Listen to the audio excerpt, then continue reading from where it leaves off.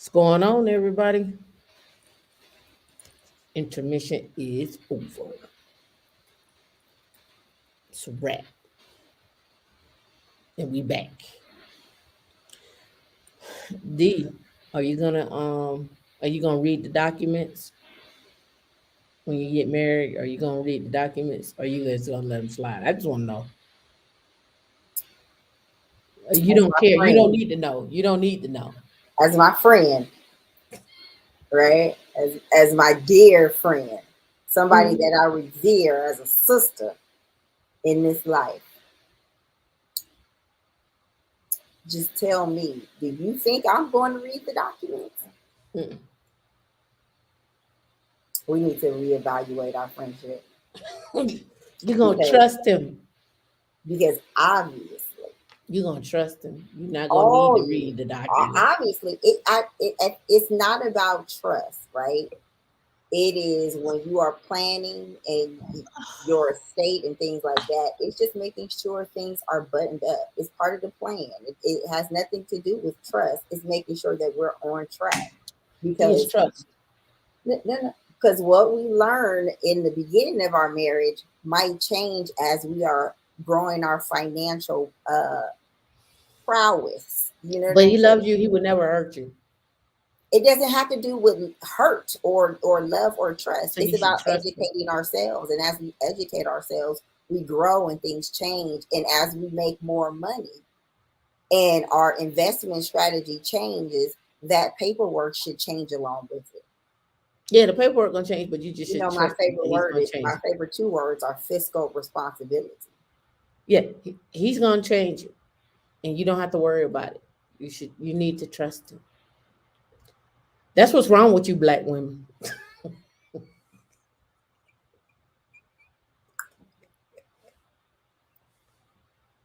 Mm. That's a petty T moment. That's just petty T. That is petty T. Petty T is over here trying to push my buttons because she know I am not her. You didn't need to trust him, yeah. You. That's a problem. That's what's wrong with you, black women. Girl, I might not be black. I might be another color. That's what's wrong with you, women. Trust don't have nothing to do about how this money is changing and flowing. They don't have nothing to do with that. See, Sam already said, if you love me, you would just trust me, and when we get married, see, Sim is on. He is still flow high off the last petty tea time from the other show. Like, no, ma'am. you trust him. Yeah, He I gonna take trust care of that everything. he That man is has going been to up for do the both of us. right thing, and we are going to definitely look at those papers. That's right, Sam. Modern women and all this defiance. It's estate planning. That's what that is called. Estate planning. But you don't need to be a part of it. You don't need to know what's going on. I do. It ain't none of your business. I do. It ain't none of I your do. business. I do. You I worry do. about the you Me. worry I do. about if I do. you worry about if the I vacuum do. cleaner works I do. properly. Hit the like button because you Sam is already on the roll. Hit the like button because You need to worry about if the vacuum cleaner works,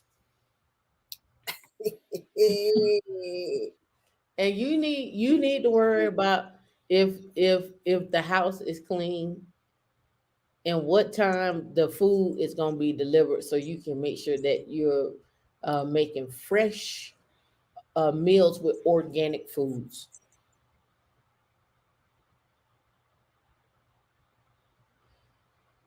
Sim said, Sam, "I am every your." week you change. You just wanted to be a sugar baby just last week. I'm gonna need you to get it together. Who? Sim Sam said if he is my African queen, King. if I'm his African queen and he's my African king, I You just should be need to submitting. submit. You I should just submit. need to submit. You should He wanted submit. Oprah last week. He wanted to be a sugar. He wanted to be under a woman's coverage last week. Now he want to be the king. I'm gonna need you to figure it out. Figure out what you need and want. Because this, my G, I need to read the papers. There's no housekeeper, Zephyr. D is the housekeeper. She is the keeper of the house. She is the house manager. And the house manager manages to make sure that everything that gets done. It's double duty. Oh, now, well, budgets, I got the budgets. But Donald, now you on your fraganagle right now. I don't know why. I don't know why every show in the beginning, D gets it. Y'all see I this? will have a conversation. Do you see We're this? just having a conversation. We're communicating. We're communicating. You are. It is. But just because we're communicating don't mean we agree. Correct. That's Yeah. why. That's why I What asked you the what question. what you talking about right now is not D, in my life plan. D. We understand. We understand. You don't need to know any of where the resource. You don't even need to know where the money coming from. It's just show up. Boom.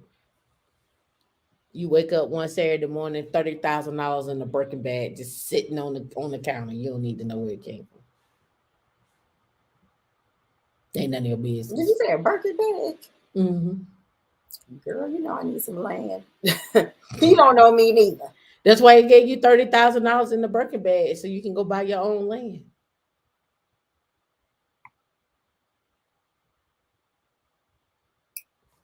Boom.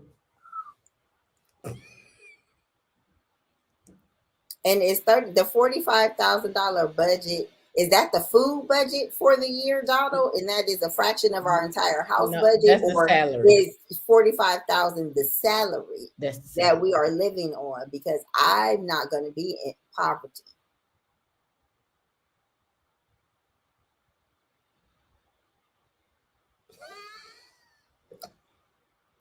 Sam is on a good one. I need to know what Sam, what do you have in the morning on Saturdays before you come over here? What do you have? I need to know. I need to know what that is. Sam Lee, Sam is out here flip flopping in Sam jaw is not jacket, flip flopping. and all out here jaw Sam is jacket. playing his cards. He gonna have a lot of wives. Oh yeah, Don said that is that's the man's budget. You are not allowed to work On $45,000 a year. a year. Yeah, He's not my man. That ain't my he man. he is. You right. He is He your is not my king. king. He is your king. He is not my king. He is not my soulmate. He is not who I am tethered He to is your in this everything. lifetime. He is your breath. He is your earth. He is your He life. is not the air I breathe. He He is. is like my what did my auntie call him? What did she call him? Her thrill. You are not my He's your thrill. thrill. He is your thrill. You are my thrill. He Oh, is your oxygen. oh Lord. Damn, you be putting it on smooth. You was a smooth criminal, huh? My oxygen. He is your oxygen. He is your O2. If Pablo Escobar is my boyfriend, you don't want D to know how that drug D, had. I'm gonna get you a shirt for you and your man, and it's gonna say he is my O. It's just gonna have he is my O. That's the symbolic symbol for oxygen. He is my O. I'll put it on there. Right there. It's going. And He Takesha, what did you go he have on the break? Talking about when is he the is wedding? my O. Live. Takesha, it's time for you to go check back out, girl. They calling you. I hear your phone ringing from here. He No is my ma'am, no he ham, no is burger. my O. My he's my no ma'am. I'm This a, is I'm a a, I'm mess. gonna call you. I'm like, Dion, can you talk? You gonna be like, I'm like, why? You gonna type? You gonna be like, cause he not here. So since he not here, I cannot breathe. I must conserve.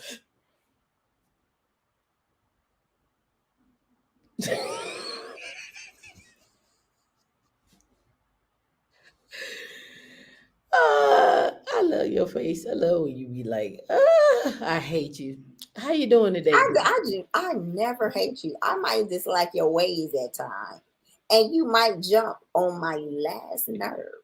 Hate is a very, very strong word, but I do dislike your ways right now. But you know what? He is my It's oh. only good fun.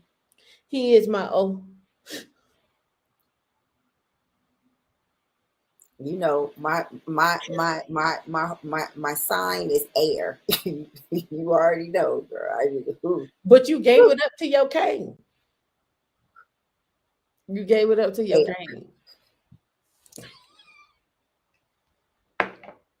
No, ma'am. That's not gonna work for me. It's not gonna work for It's me. not about you. Yeah, it's not gonna work for me. But it's not about you. It's not gonna work for me. But it's not It about you. doesn't. It does not work for me. Okay, but it's not about you. Live stream the wedding. I'm with it. Do he got one of those boats that that we were talking about on the first show No, or something like that? Because no, no, that don't work for me. no, That's not that's no. no. I'm He gonna got stay in one. there. He got one of them fishing boats that they go out there and fish Which on. one? Like a kayak? Yeah, like that one. No, ma'am. That's not my life. Like that one. It don't Don't have no rock. motor. It don't have no motor on it. Did you not listen to the song? Don't rock the boat, baby. It don't Don't have no rock water. the It don't, boat. no. Mm. Don't switch the boat, That's not my baby. life. That's that's not what God has planned for my life. That is You not the don't know life what I was you promised. listen. Abundance. Listen, Abundance. you do not talk to African American baby Jesus like I do. And African American baby Jesus told me that you're gonna find a man and he is gonna be your O2, your O, and you're gonna have a shirt that say he is my O. And we're gonna all be in the wedding, and we're gonna all when it's time to take pictures, they're gonna go with the aerial view, and we all bridesmaids and groomsmen gonna be standing up in the O, and he gonna be in the center. So, Leaf, a yacht starts at anything over 40 feet. Anything over 40 feet in overall length is inconceivable could be considered a yacht. I'm not gonna say what I need because I like being on the boat. It's expensive. It's an expensive hobby, but I'm living in abundance. Do I know several of my peer groups that have boats and planes? So am I gonna limit myself? No, absolutely not. You Might go didn't give me a you didn't know membership. cigars with Mac. You didn't know you was a member.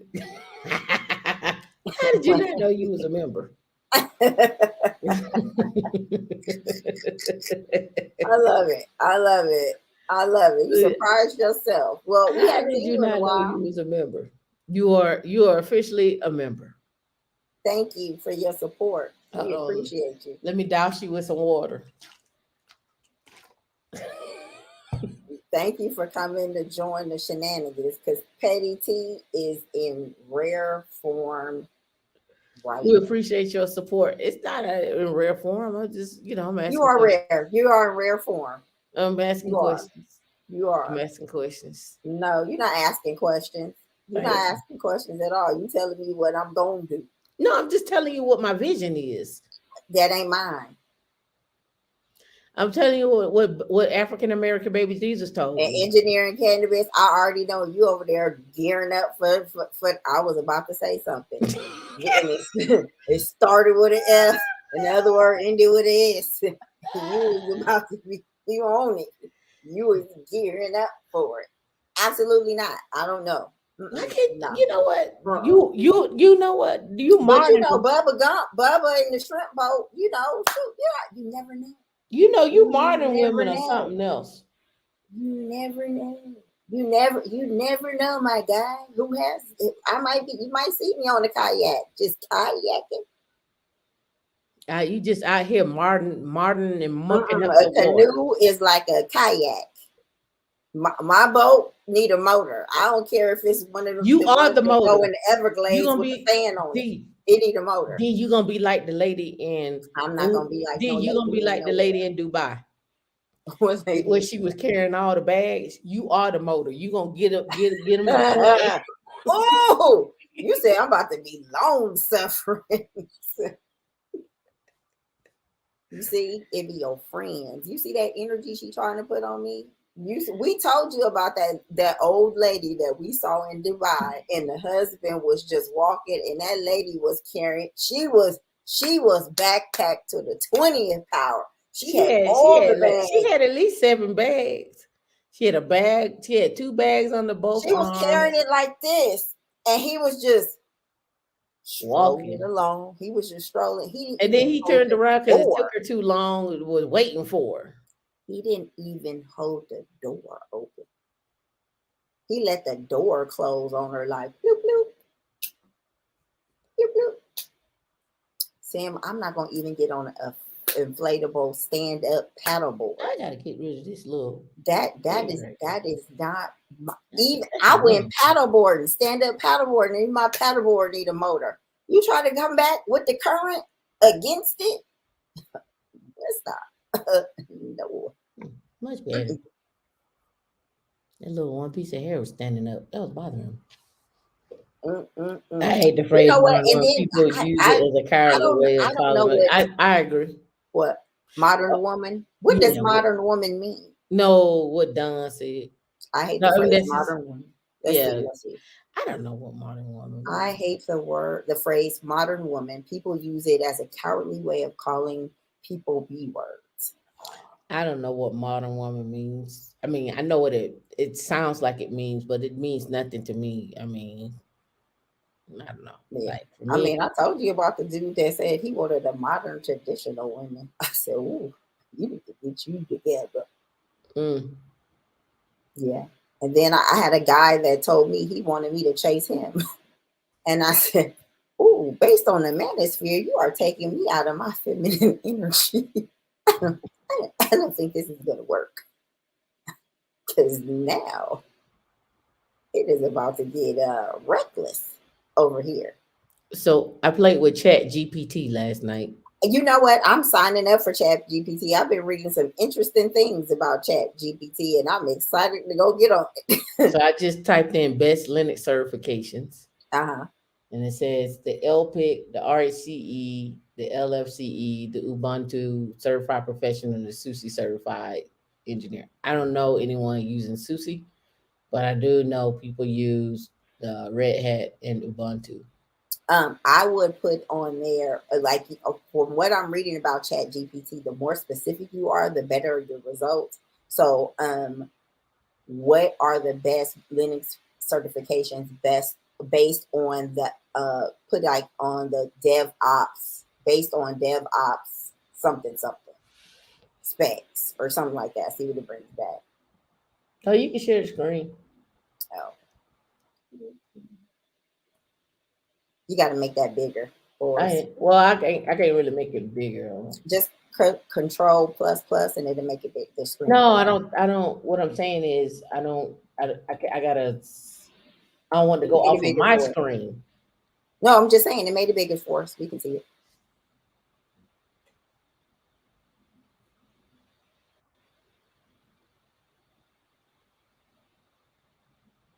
All right. So best Linux server, Bash DevOps based.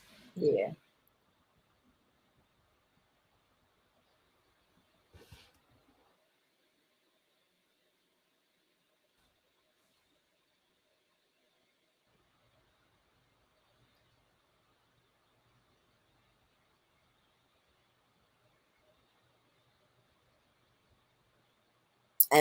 And I then didn't even or know they say had a best 2000. top three Linux certifications Hold on. based So on hold on. Hold on. DevOps Hold on. Hold something. on. Hold on. Don't tell me So to hold hold on. RAC. I didn't know there was a Linux Professional Institute certification for DevOps engineer. I know there was a DevOps thing. CompTIA, SUSE. Like I said, I don't know about SUSE. Oracle. I know there's Oracle Linux. Uh, the Debian Administrator certification, CentOS, OpenSUSE.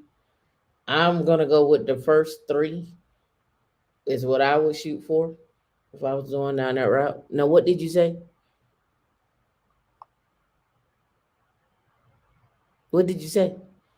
About, You said now type in the top three something. yeah, top three. Just put the top three Top three of what though? Linux certifications for DevOps professionals.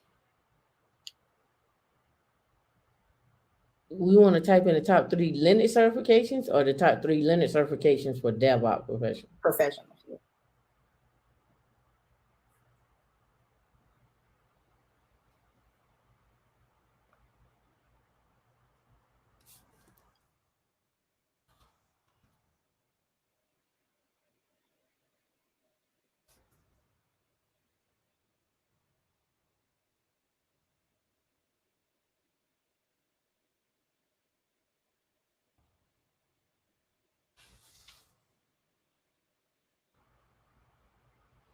This certification is globally recognized and designed for professionals who work on Linux systems.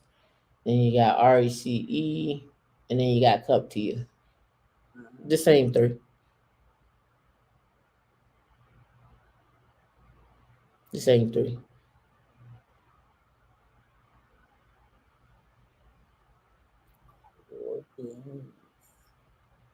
No, you can't go home with Red Hat certs. Sim said, tell it to include the salary range in the results. Mm, should we do top Linux salary ranges? Let's Or do was like for, the same sentence, and at the end no. just say Let me just salary. do for no. Let me just do for LP.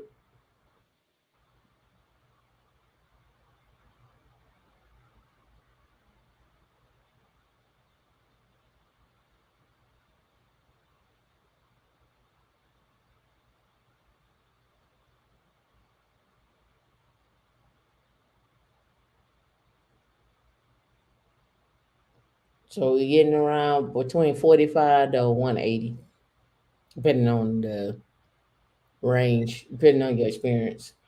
All right, let's go with Red Hat. Go with RHCE.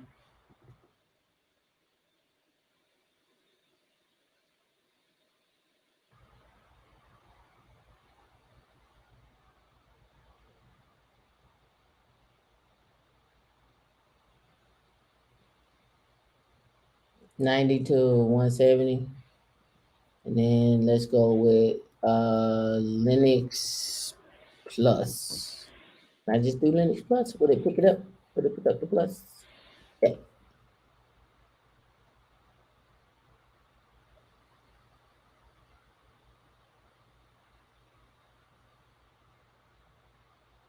So 50 to 150. So 45 to 180 would be the overall range for with both of well, all three of them.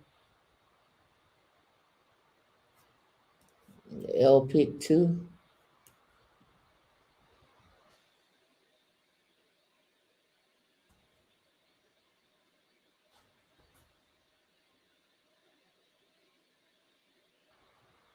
Now they went to pay scale.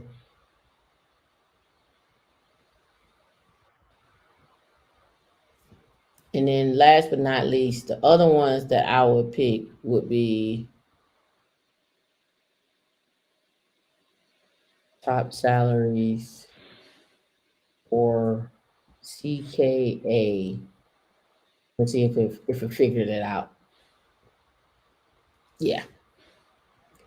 So senior Kubernetes 150 to 200, solutions architect they have 140 to 180, Kubernetes DevOps engineer 130 to 170, uh, an administrator 110 to 150. So I'm gonna go with the range could run from 110 to 200. All right. So next thing we know, let's do this. Let's do AWS cloud architect. Let's see. What's going on, Perry Unlikely? How you doing, man? So we have for the cloud architect, they're using Glassdoor, and I'm gonna tell you, Glassdoor, I don't like them. There's like Glassdoor, and it says 130. However, top salaries can range from 150 to 200. There are different factors, and there are. I posted this job here. Let me pull it up. Let me see. Let me find my. Let me open up my Slack. I don't have it open up. Hold on. Let me open up 1 minute link Slack. Let me show you some different jobs and stuff that I found. All right. All right. Um. Now this right here, I found this the other day. It's been out. It's been out there for a minute, and it's based in Tampa. Let me blow it up. Looks a little small. So it's a chief architect for Trilogy. It's paying 800,000. Um and basically they go through here, and Trilogy thinks big, whether adopting fully remote work for over 10 years of pioneering cloud based charging engines for telcos. We aren't afraid to make huge bets. We own over 100 few, excuse me, SaaS products in our portfolio, in our ever growing portfolio, and have an endless supply of technical challenges. Superior technical designs also mean always outweigh cost considerations, and we expect our team to make important decisions, and give our products a technical advantage for the next decade. Join us and to earn 400 an hour for up to 40 hours a week while expanding your technical abilities and impacting millions of users. And then they tell you what you will be doing: creating, reimagining, re-architecting virtually endless supply of software products by identifying patterns in complex systems and finding ways to make them 10 times simpler, making foundational technical architecture designs that will give our products a competitive advantage for the next decade. Leverage the full array of AWS products without cost constraints. What you will be doing: internal politics is internal navigating internal politics to push for a technically superior architecture, spending your day in meetings, creating slide decks, and this is what you won't be doing: creating slide decks and managing other people and traveling. And then they go on here. They want 15 years of experience, 2 years of technical design, experience of working as a senior influencer of complex systems, ability to simplify complex ideas and communicate them in writing and logical thinking. Right. So again, I tell you all that stuff can range. Right. Jobs can range. I've posted jobs from 1 million to 2 million to 800,000 to 200,000 and so forth, right? So it really boils down onto like how you see yourself, where your skills are at, and so forth, right? Just like with this one here, this is with GCP. They're looking for a GCP person on this one. Senior solutions architect, GCP 225 to 280. So let's go over to Chat GPT one more time, right? And let's look up top salaries um, um, for SRE. Site reliability engineer 150 to 250, lead 200 to 300, principal 250 to 400, director of SRE from 300 to 500, and vice president of SRE can range from 500,000 to 1 million. And people will tell you that these things are not these salaries don't exist, or people don't make that kind of money or whatnot. And it somebody making it, right? Somebody out here is making uh 500 to a million, 500K to a million. Tam, please type in generate a weekly study plan for LPIC 2. Hold on.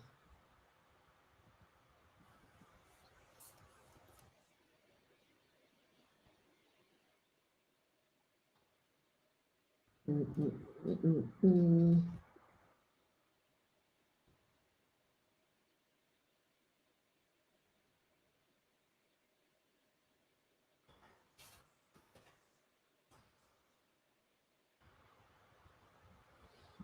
Mm, mm. You know, you can study this on the RRCE, and they got a study plan for you. That's what it looks like to me. Linux security, Linux performance tuning, and all of that.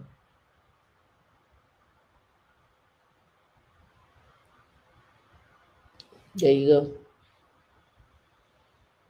For LPIC 2 was she can drill down for any response, also list pros, cons, experience, and in other categories. Ask GPT how many African Americans are in tech or in AI. You will see why people don't believe in those salaries. Well, I can't help it because they don't see people in those salaries. But let's see. Let's do this one. Let's do this.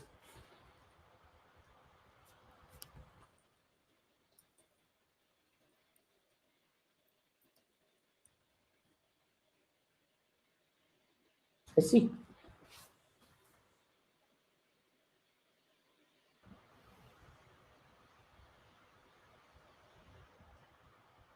They came back with women. They didn't. I hopefully it come back with men. Nah, it didn't come back with me. It just came back with women. Right? So why did I show y'all this? I showed you this because one, what I'm looking for is what is the what is the angle between AI, data, Linux, and cloud and security. AI, data, Linux, cloud, security. And we've seen these jobs time and time again. You've seen them over and over and over and over and over and over and over again. We see this over and over again. And um, people still get caught up with, like, well, how do I get in tech? And where do I find this? And where do I find that? And um, when I see jobs out here like for 800,000, and they only had two applicants posted a day ago, and they only had two people apply for this job, right? You know what I normally see? Let me tell you what I see. When I see salaries like this right here, we don't apply because we automatically say we can't get it, or they ain't gonna look at our resume, or we're not gonna do it. Yes, all yeah, modern computing. You funny, Cisco. Yeah, but it is. It's all related. This is all related, right? It's all related um, to computing in general, right? Um, but most people don't won't even apply to this job, right? Won't even apply to it, and they'll tell you, um, add. Here's the skills, like two skills says on my profile, but I don't even have this stuff listed, but which I should. System architecture, software development, TCP/IP. I mean, you deal with that all day. Embedded system, distributed systems, compensation. We deal with that all day. But again, you wouldn't even apply to this job because we have a fear like we this is not for us, right?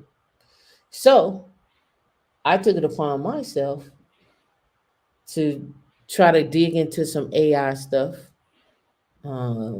as well. So we started with Chat GPT, and now let's look at 10 best artificial intelligence courses to take in 2023. So let me blow that up some.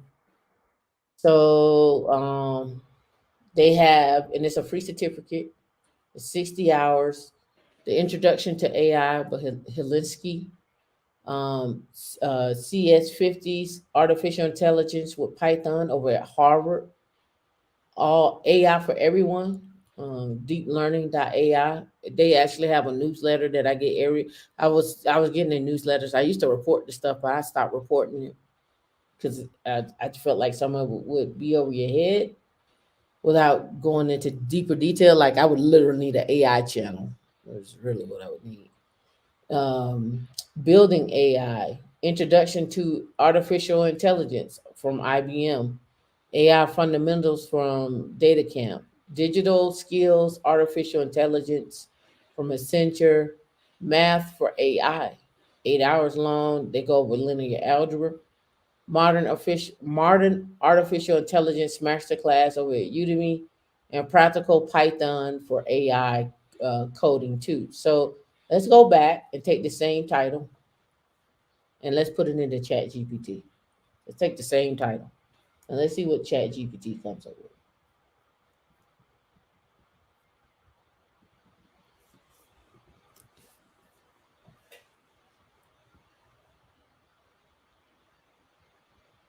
So they got MIT, it's on edX, Stanford, or on Coursera.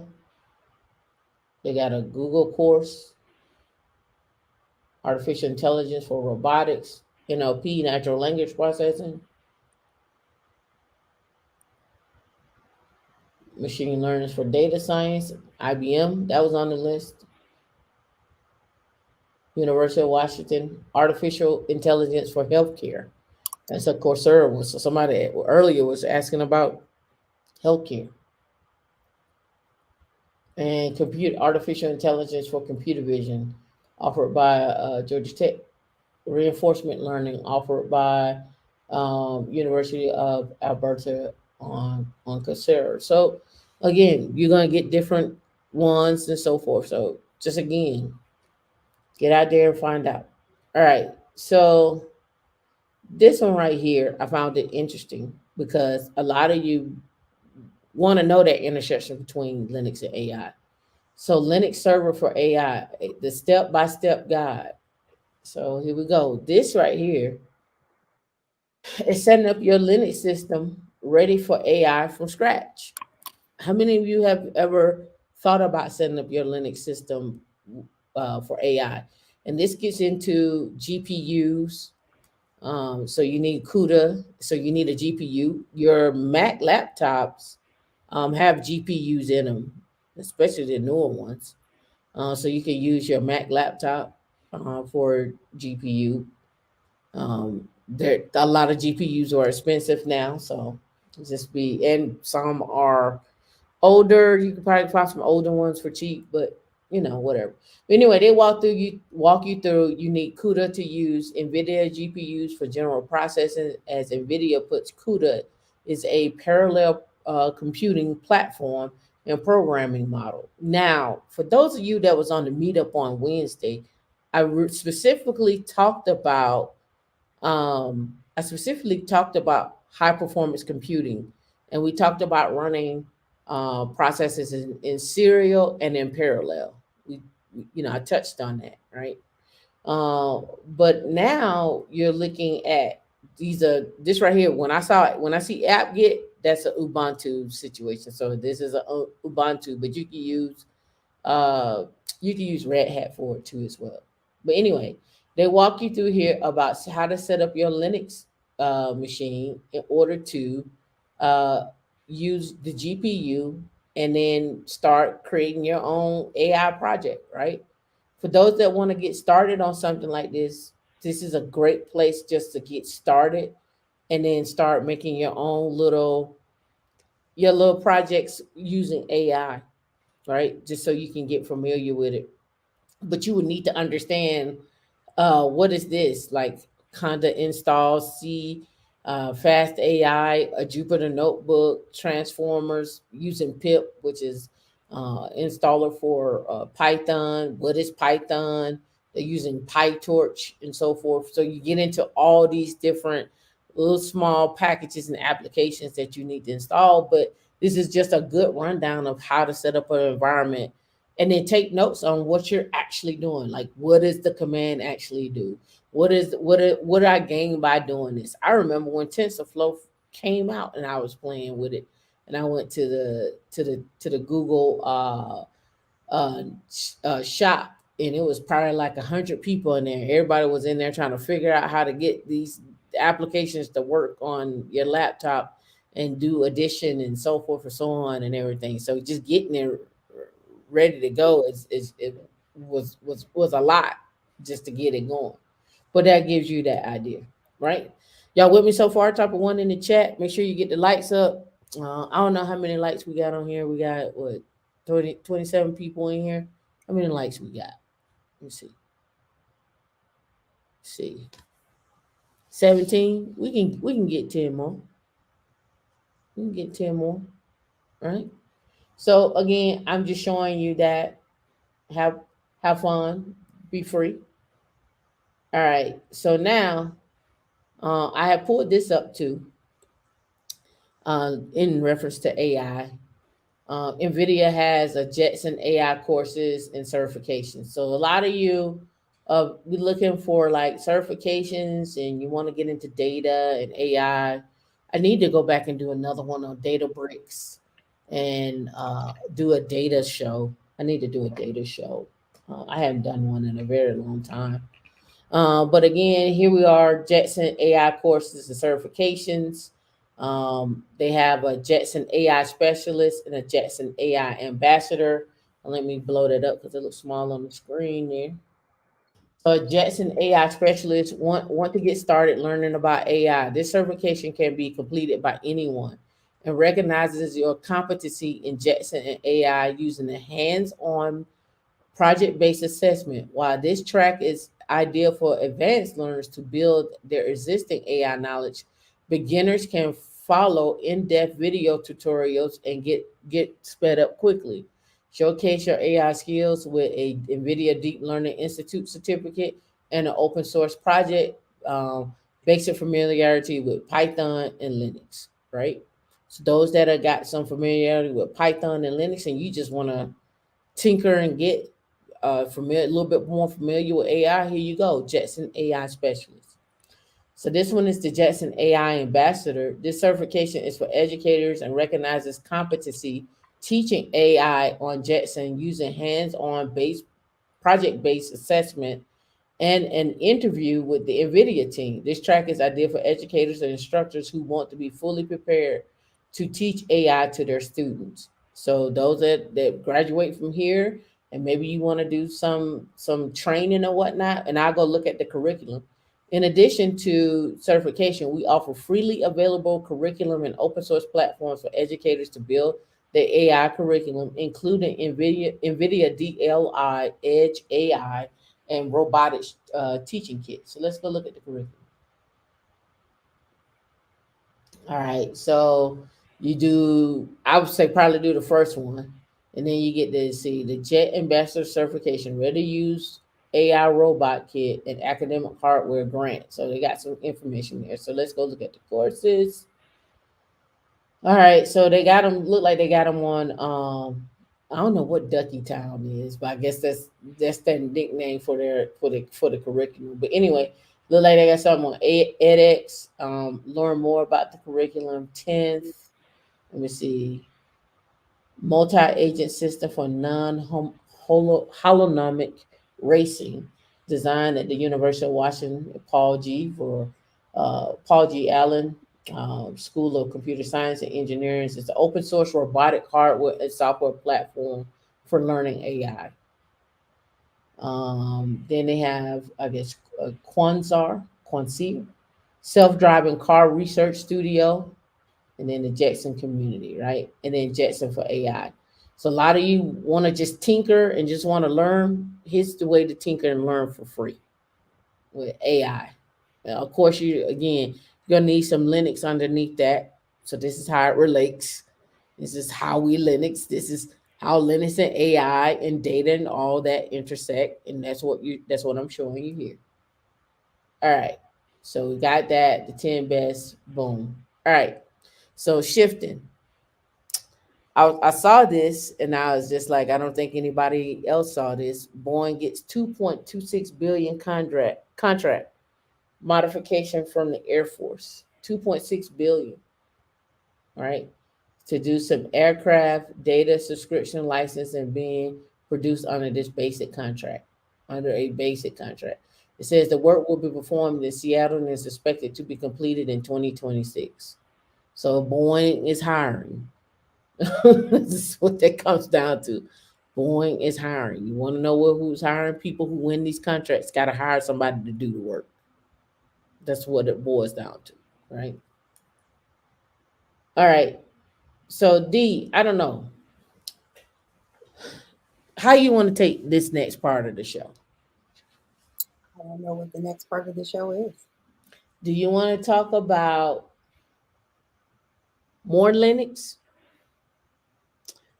Do you want to talk about scholarships and its variety of scholarships? Or do you want to talk about um,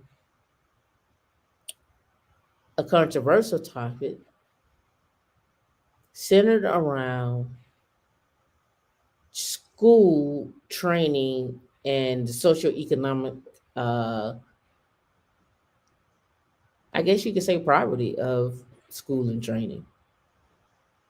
I'm going to go with the chat and say Linux for $500. Okay. All right. So I found this because some people, be asking about, oh, when can I learn Linux and so forth. So I found this guy who has a Red Hat Art CSA. His name is Paul Browning. He's got a playlist here, and you can see at the top. 9 months ago, he has the 4 course with labs for the Red Hat Art CSA. But I also wanted to show what else he had: advanced routing protocol design, SCP with spanning tree protocol for those that are in networking. He's got a storage networking class, and this is look like it's a CompTIA class. And it looks like what he does is everything regarding to infrastructure. He's just Mhm. he's just making online classes for it, right? So let's go to his um thing here. He's got 68,000 subscribers.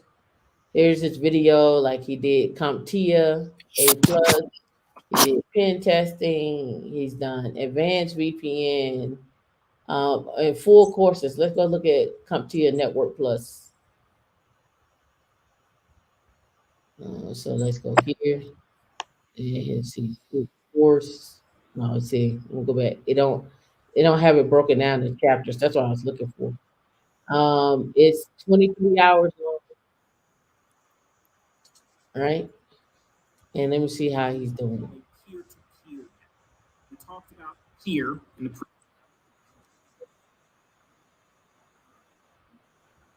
the How to network, right? And I'm just going to zip through this because it looks like, That one video being 23 hours. yeah, this one video is 23 hours. Huh. Is there chapters to that? No, Not mad. no, he don't have chapters. Right? I just wanted to see how what he was using. So he said, please check out CompTIA Network Plus. Please check out our book on Amazon, 101 Labs CompTIA Network Plus, world class IT certification video. So for please use this URL 30 days to get access for $1. Get all my motivation goodies. Check out our hands-on IT certification training website, 101labs.net. So here's this 101labs.net. Here are the free labs where you can learn, see, Nmap, Perl, how to do trace route on Linux, IP scanners, Netcat. It's got 101 labs, PowerShell, Python, OWASP, so forth. And then we go to courses. He's got most of the CompTIA stuff, Python, and that was it. And I guess he just did the RCSA on there, right? And then he has exam questions. Let me click on one. Get started. I'm looking to see if there's a cost, and I don't see one. I don't see one. So you can check it out. You can check him out. I don't see one. I don't see a cost. I don't see a cost. Let me go on Amazon. Uh, look this up real quick. The book is $29, and then $49 if you want the physical books. And I'm sure he has a website just with himself. Paul Browning. Let's see.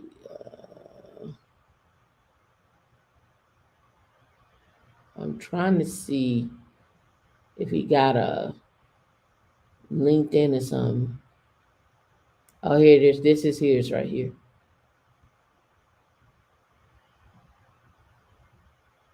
Hopefully it'll come up. And D can drop the link if you all want that link. So here's his stuff. All right, here's stuff with pricing on it. $270 a year. Learn website development from scratch. Build an LMS with WP courseware. Learn WordPress from scratch. Sell practice exams on Udemy. Learn Audacity. Basically, he show you how to create a learning platform, and it's 270 for the year. If not, you could pay $27 a month, or you can just do it for free.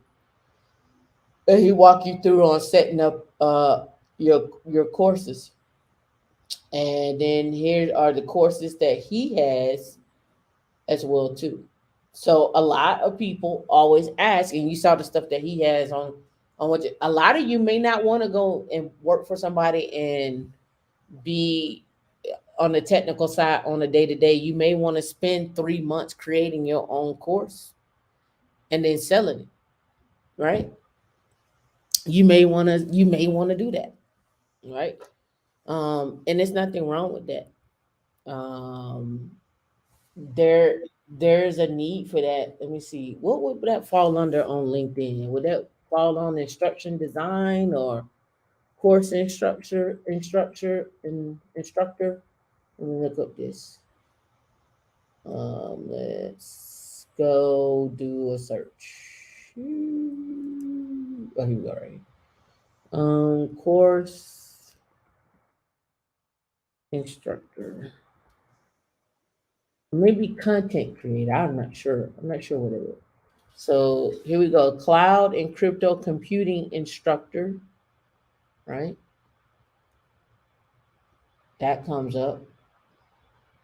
Again, I thought about moving into being an instructor. What's going on? Keep it techie and Professor Black Ops, casual economist. What's going on? Training instructor, technical instructor, but you could be instructors for Cisco networking, for Linux, over at Red Hat, for CompTIA, for Security Plus. I mean, yeah, instructional design is what I thought. But let's try that. I think it's gonna just come back with everything that falls under that. We'll do cloud. Let's do cloud. May have to go online and then let that pull back, loop me back here.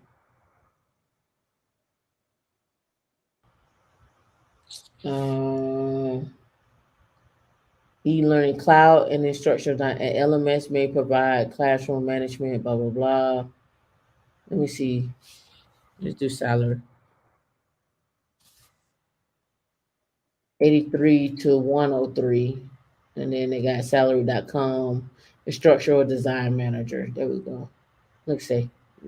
May have to backdoor it. Okay, so now they have.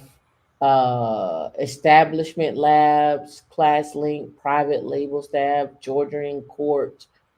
And these are all, I don't know why this, I guess because of what I pulled back, probably pulled back from New Jersey. But again, it ranges. But again, that's, again, to me, these are like things that you can do on the side, creating that side hustle as well. Yeah, developer advocates are that as well too. Um, Again, I'm just showing you, like, instead of you going after certifications, you may want to go after teaching the information, and you may want to start backdooring, as far as teaching that information. That's another backdoor to get the certifications as well too, right? So just another FYI. All right, so that was him. We looked at Paul. All right, so then I found this guy, Nerds Academy, a full course on Red Hat Linux tutorial. This one's 5 hours long. This was 5 hours long. Don't forget to lights up, and don't forget to donate as well too. Tithes and offerings. Tithes and offerings. All right, so this guy, Nerds Academy. When I kind of skipped through this, as you can see. What should you learn about Linux? It's kind of like he took like he did the fundamentals one, and it looked like he's doing the Red Hat one, because this is the Red Hat course right here. This is how they break it down. This looks like the fundamentals one, right? It's an hour and a half long, but it looked like he kind of expanded it out and got you on the command line. As you can see, he was breaking down permissions here, breaking down what permissions look like, right? And going through it, and looked like he had red hat because of this microphone and the red hat shirt he got. Looked like he may be a red hatter for sure too.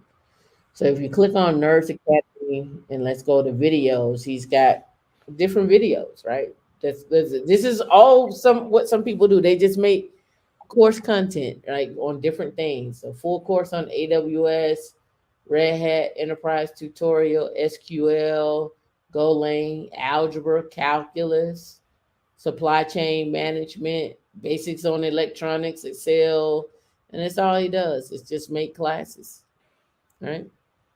He just makes classes. All right. So then I went here to let you know the Red Hat Summit is coming up. We will be at the Red Hat Summit this year. We will be at the Red Hat Summit this year. Women in Linux will be there, and 50/50 Geek. We'll be at the Red Hat Summit this year, May 23rd through the 25th in Boston. We will be in Boston. I'll let you know. Should you attend? Sure, you should. I let me see something here. Trainings. All right, so they give your skills a boost. They have training. See what's available to you.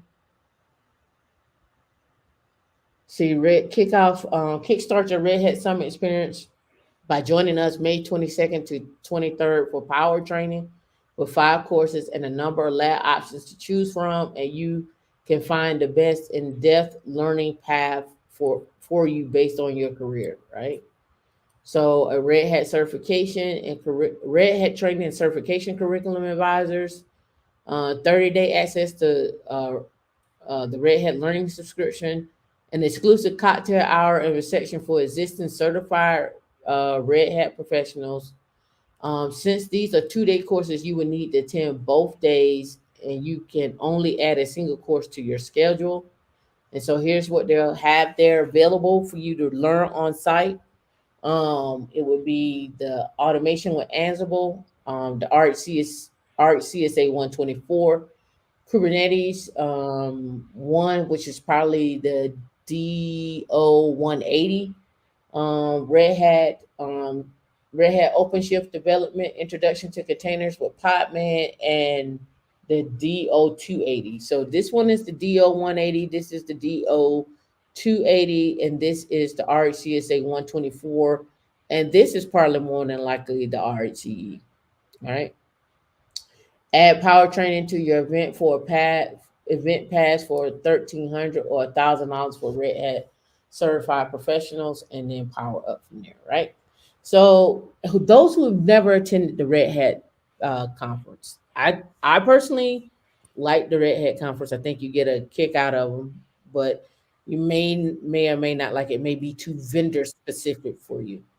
So what I would, if they may still have it up here. I don't know. Let me see. They may still have it. They may still have some of their past conferences on here.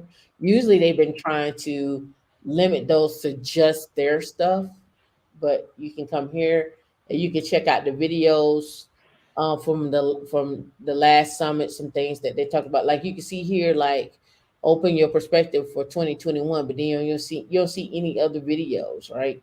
So they usually try to hold their content onto their own platform where you can go back and look at it and so forth. But here we go. It's only 40 minutes long. I mean, 40 seconds long.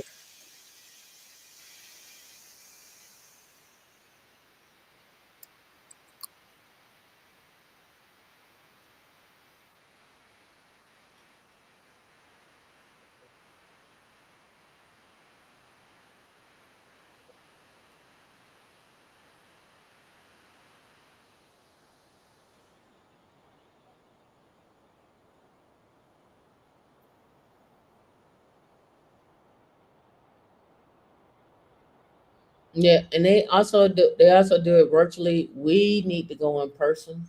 Um, Let me see if I can find. Um I spoke at the Red Hat conference.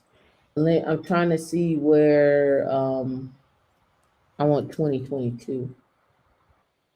I want to see the videos. Sorry. So here we go. Here's the agenda that they have. Um, and you don't have to go on. You don't have to go in person. So here we go. View on demand. All right. So here's like answering your questions about the migration for that, but then CentOS, but you can break this down by edge computing platforms to security. Let's go security. Ask the experts about anything about open source security, automating application security for cloud native apps. Cigna uses GitOps, Red Hat cluster security for Kubernetes to fast track DevSecOps. So you can click on this, right? And let's no, I don't need to join. Hold on. Let me take it off because I gotta log in already. Let me log in. Mm-mm-mm. I may have to log in with the other one, but let me double verify. No. Yeah, okay, right up. All right. So once you get logged in, once you get signed up and logged in, let me do it.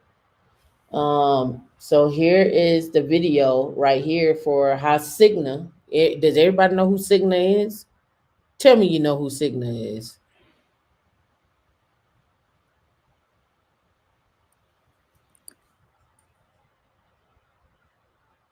Tell me y'all know who Cigna is.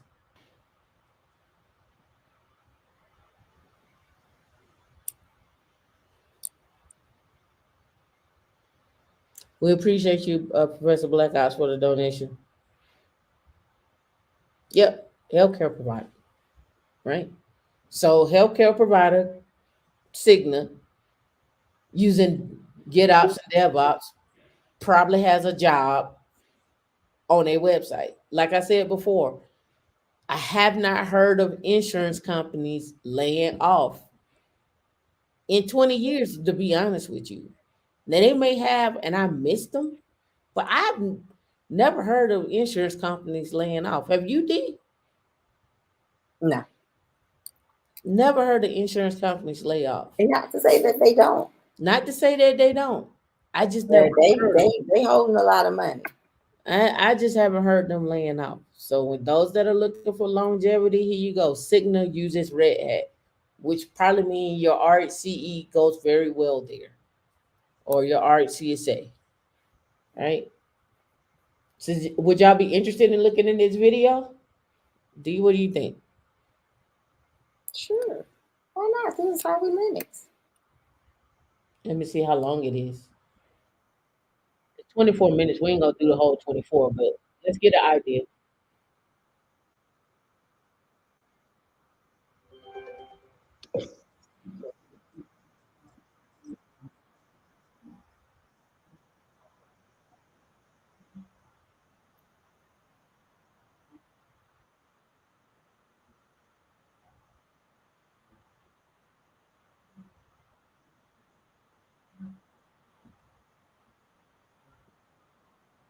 So let me say this. You see these names up here. You see Joshua, Chris, and James. If you looking for a job and you looking, oh, you say you can't hear? Hold on. If you looking It's for a not job, playing either, though, right? no, it's not playing right now. Okay.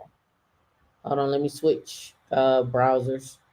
If you're looking for a job and you're looking for a place, that uses Red Hat and you've been studying it, this would be, I would go look them up on LinkedIn. Is all I'm saying. Let me see. I'm logging in with a different account right now. Let me see if it still works. Oh yeah, that one don't work. That's fine.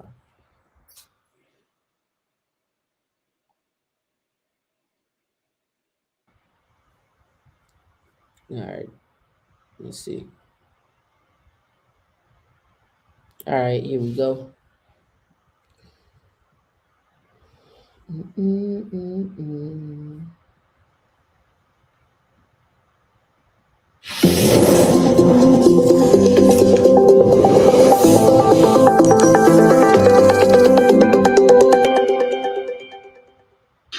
Hello, and welcome to the Red Hat 2022 Summit virtual event.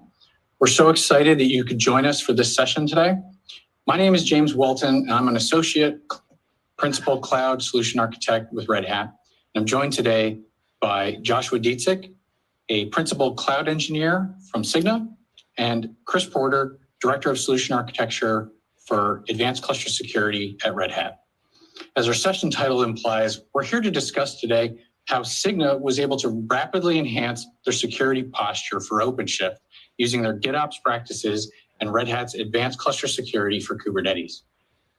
All right, so we're gonna start right there. First thing you need to know, what is GitOps? And when he talks about clusters, what clusters what is he talking about? Right. So let me go back a little bit here. All right, GitOps and Red Hat Advanced Cluster Security for Kubernetes. You should know what Kubernetes is by now, but you need to understand what is Red Hat cluster security and what is GitOps. Those are the three things that you hear right now. And under those three things, you should hear there are different concepts that fall under there, that fall under GitOps, that fall under Red Hat. First of all, cluster, and then cluster security on top of that, and then Kubernetes. All right. So let's get back into the video. To effectively manage application and platform security while also able to respond with agility to changing security issues and environments is very critical. Ultimately, the goal is to be able to enact, manage, and monitor security policies from a single source of truth, and then ensure that you can distribute and maintain those policies across your environment wherever they apply. It sounds like open policy agent, but you can look that up as well too. But we'll get into it and find out what he's actually talking about. Again, when he say one source of truth, he's meaning, again, I like to call it one stop shopping. I don't want to go to 5 different consoles to view my infrastructure and to see what's going on and all of that. I want to go one place, log in, and I got access to all the tools that I need. One of the biggest burdens, in this, it's just whatever it is most people who work in DevOps and SRE always faced with at least, I mean, I'm not gonna lie, it's a minimum. I'm being nice of saying 10 tools, but it's probably more like 15 to 20 tools that you work with.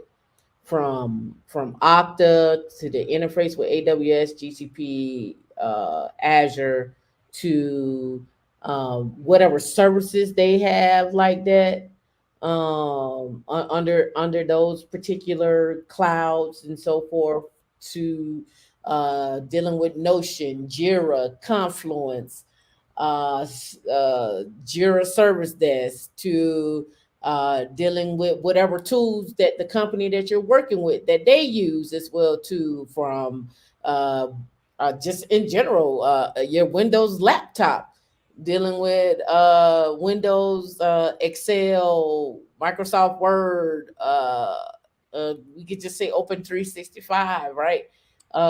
Designing the infrastructure from Lucid Charts to Cloudcraft or what have you, like on a everyday, on a given different basis. D, how many applications do you work with on a different basis, including in your personal life?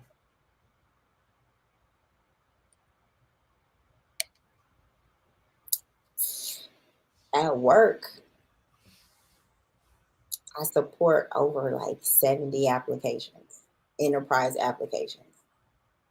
Right, that's at And work. then they have applications within them All right, but what about the applications on your desktop, on your laptop? You that got are open now no, that I not can see. that are not open now, but just at work, just in general at work. You probably Oh, log I probably over 100 in. that Right, I touch on a daily basis. right.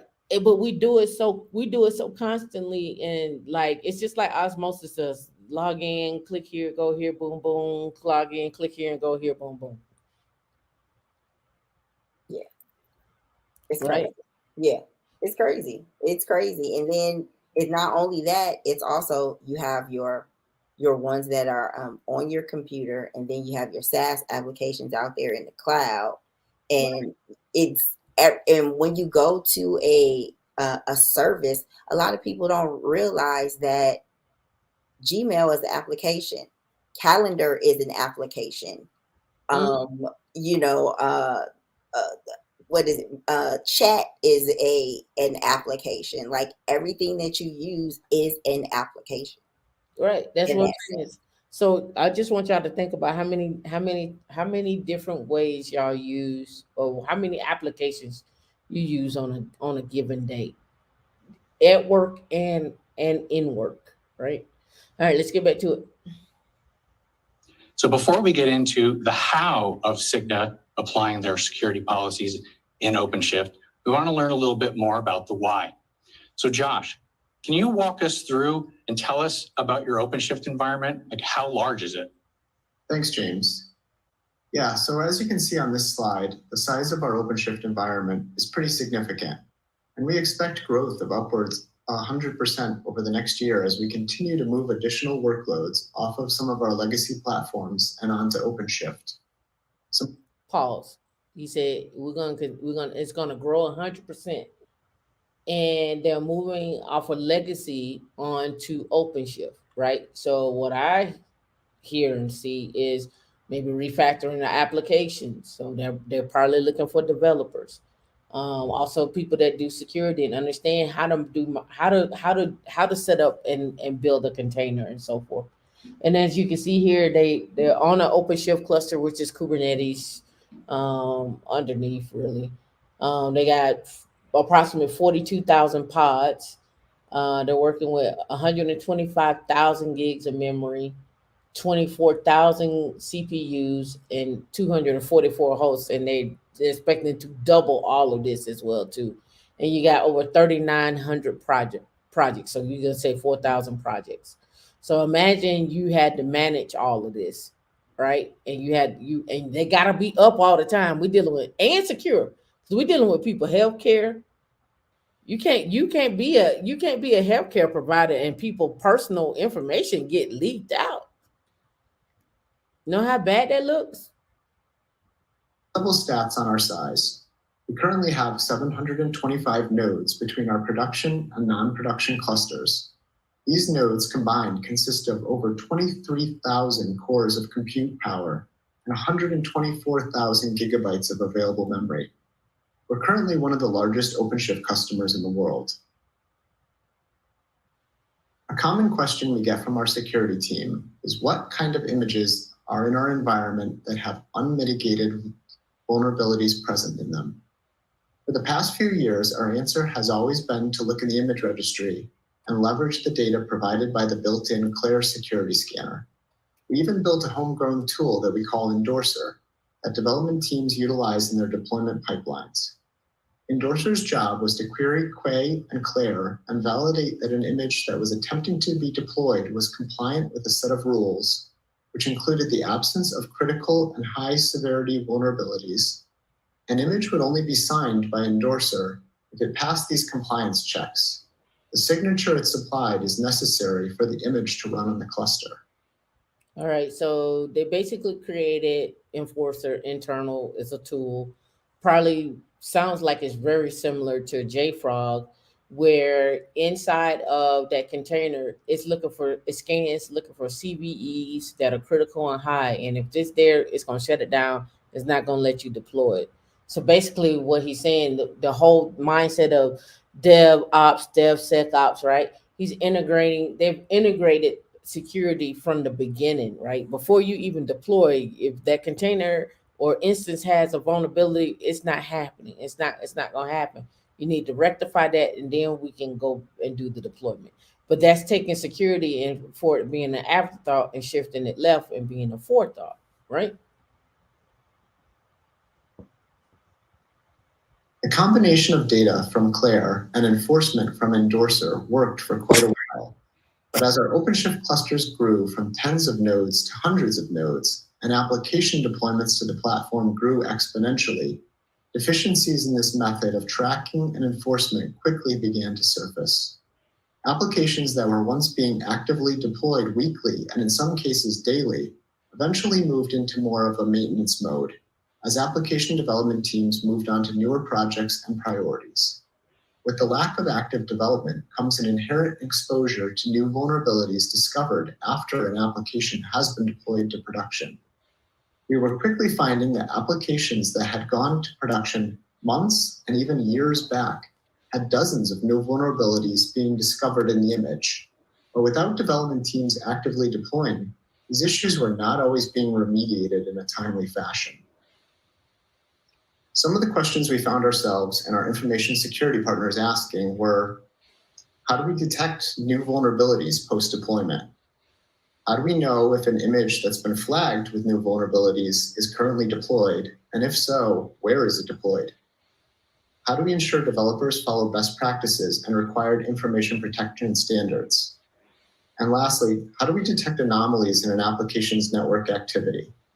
All right. So where does this play out? A lot. A lot of this plays out when you are having to worry about SOC 2 compliance. Yeah, all right. So SOC 2, SOC 1, any type of compliance, HIPAA compliance or whatnot, that's gonna play out. Because one thing they want to know is, okay, you got this vulnerability. What did you do to resolve it? Did you take a note of what the vulnerability was? Do you have a ticket to follow what happened with that particular vulnerability and how did you solve it and who solved it? And then you may end up in a situation where somebody is interviewing you and asking you to walk them through walk them through your step by step process in order to resolve that issue. So why am I saying this? So for those of you that are data engineers, cloud engineers, cloud security, DevSecOps, SRE, all that security falls all on your head. It's in fact, they'll tell you it's everybody's responsibility in the company to follow security protocols and rules, right? So You are the biggest security risk. you're right. Right. And so knowing what you're supposed to do, what that layout is supposed to be, what rules are you supposed to follow should be a question you ask. In fact, that should be an interview question that you ask back to the people that you're interviewing with. Do you have a security framework? A lot of times people tell you, well, we got a security team. Well, okay, that's nice, but what do you need to follow? Is that automated? Have y'all sat down and came up with a framework and a plan to automate that process? And if you haven't, then you have to sit there and look at it and be like,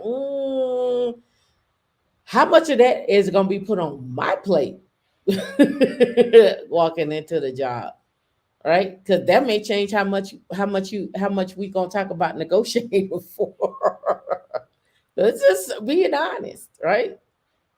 Just being honest. So let's get back to it. We evaluated multiple tools and solutions with varying levels of success in their coverage of the gaps we identified in our current workflow. For us, the clear answer came from our trusted partners at Red Hat and the recent acquisition of a security tool formerly called StackRox, which is now rebranded as Red Hat Advanced Cluster Security. I'm going to pass off now to Chris, who will give a brief overview of what ACS is and how it works to solve these problems. All right, he said Stack Rocks. Do y'all remember Stack Rocks? It's Stack ROX. Red Hat purchased them, or you could say IBM purchased them, and rolled them in, and now they're integrated with the OpenShift cluster. So understanding how to secure Kubernetes, and this is what they're gonna go into when they're looking at this, right? So cool. Drop a one if you found this interesting so far. You didn't know your healthcare provider is using Linux to maintain your records and data and applications that they need to use. Who knew, right? Now you know, right? Great. Thanks, Josh. Advanced Cluster Security is a new name for StackRox, but the same mission. This is software for security teams that is designed to help organizations that are making this transformation into DevOps to layer in security in that process. We see that organizations are adopting this DevOps model with a pipeline-based build approach. And it has significant advantages for business agility, being able to quickly adapt to changing business requirements.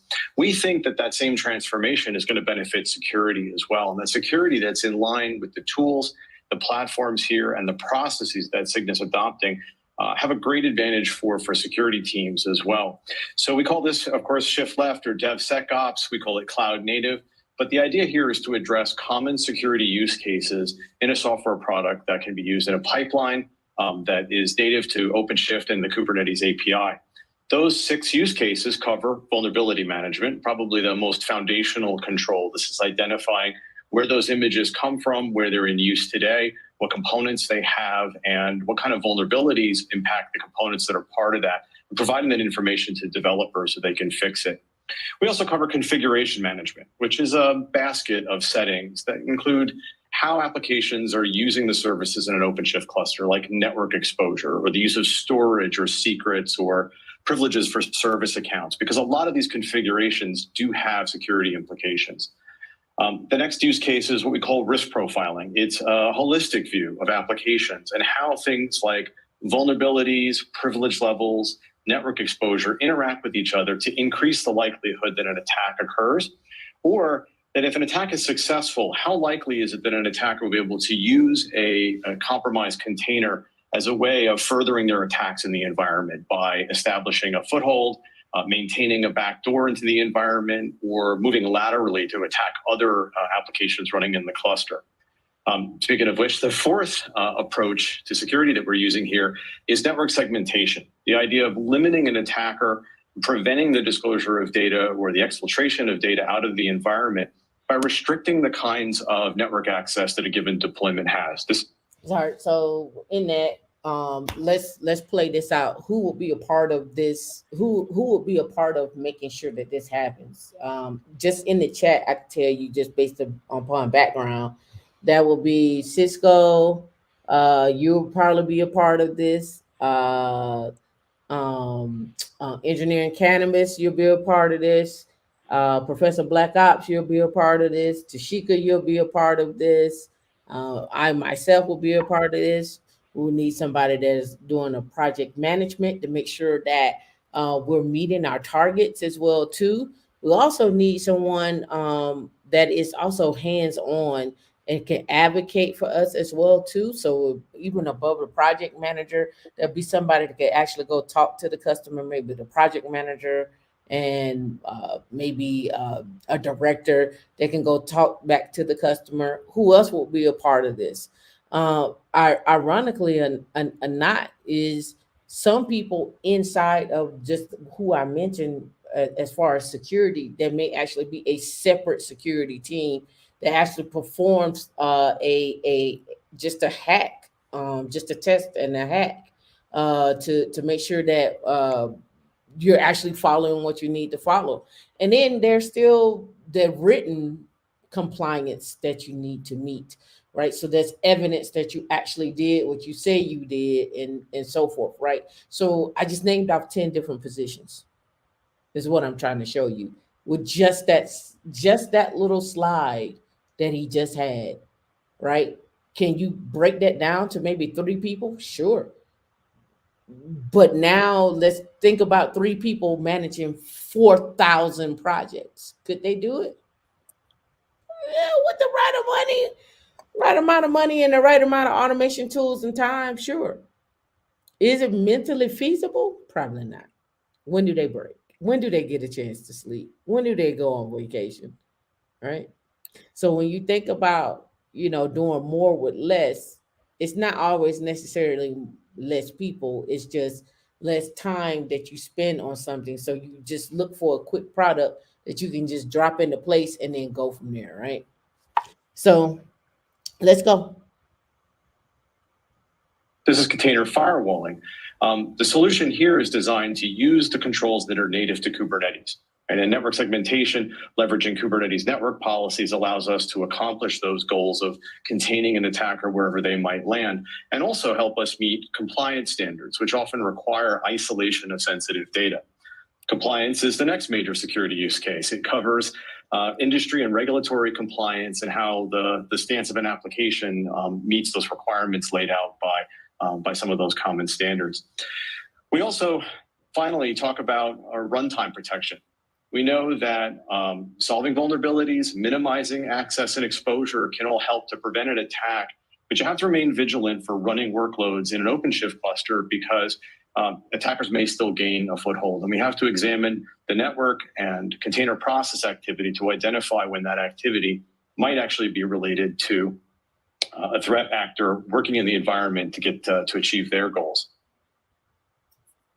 On the next slide, the architecture of the product is, as I mentioned, a software product.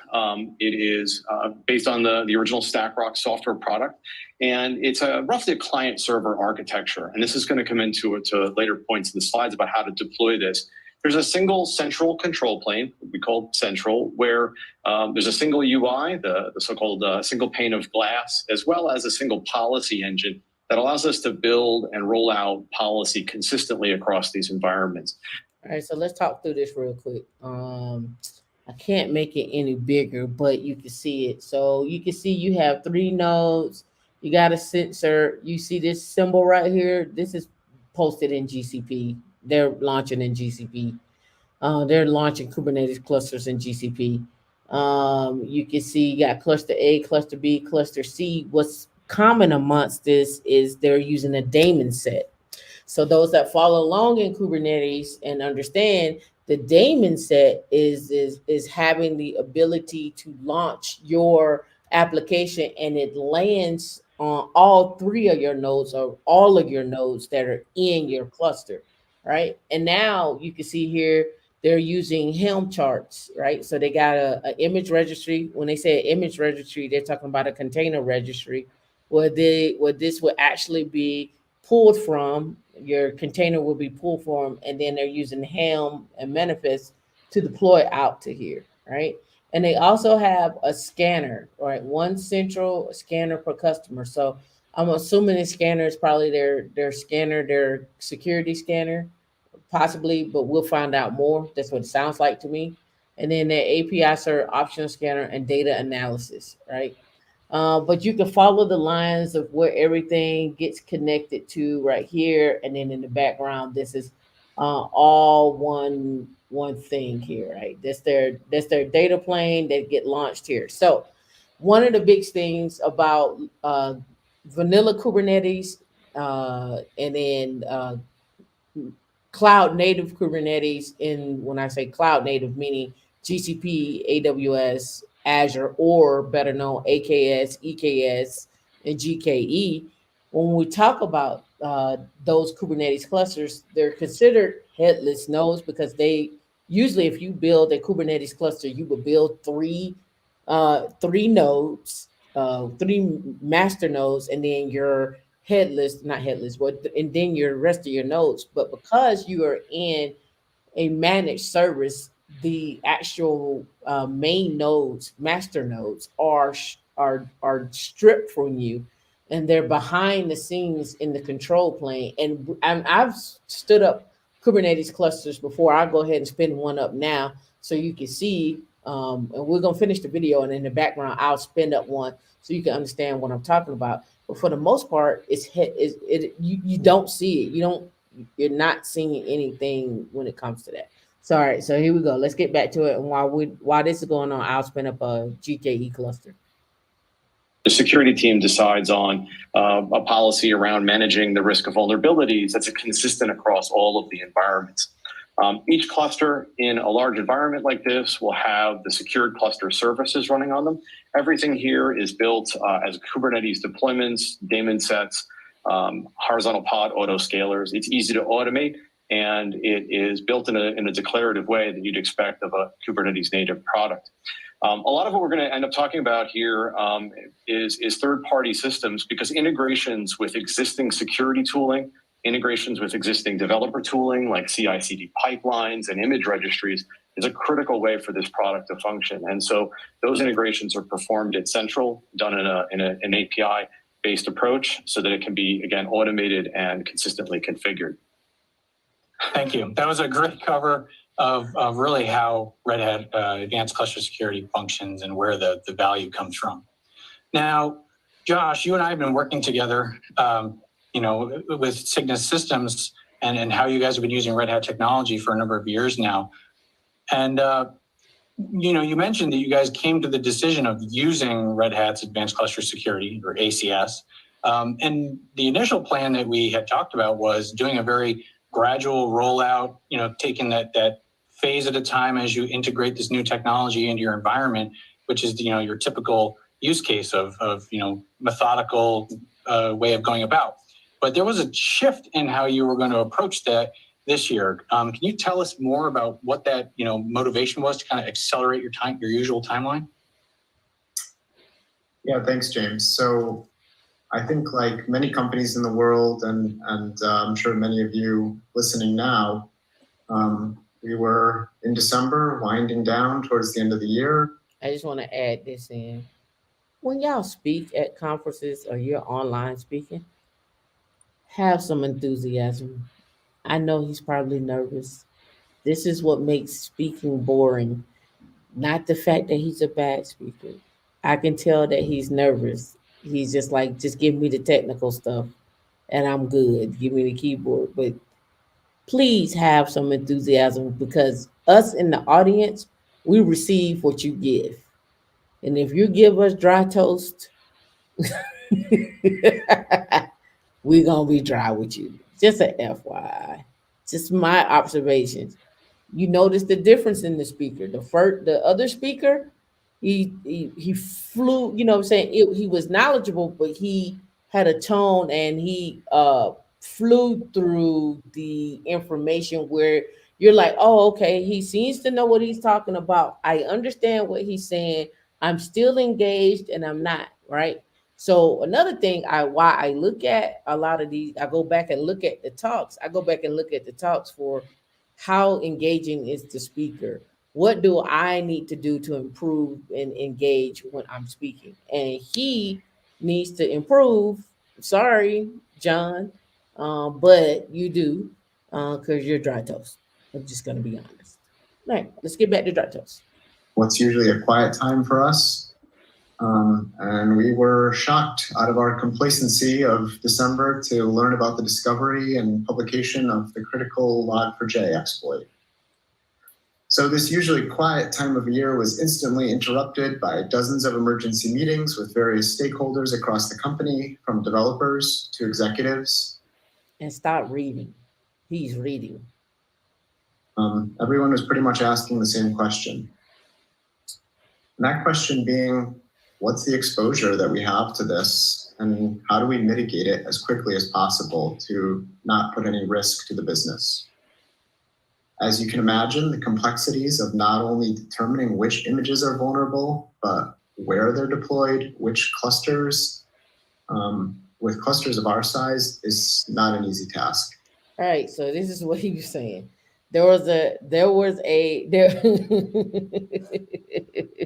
Josh John, right?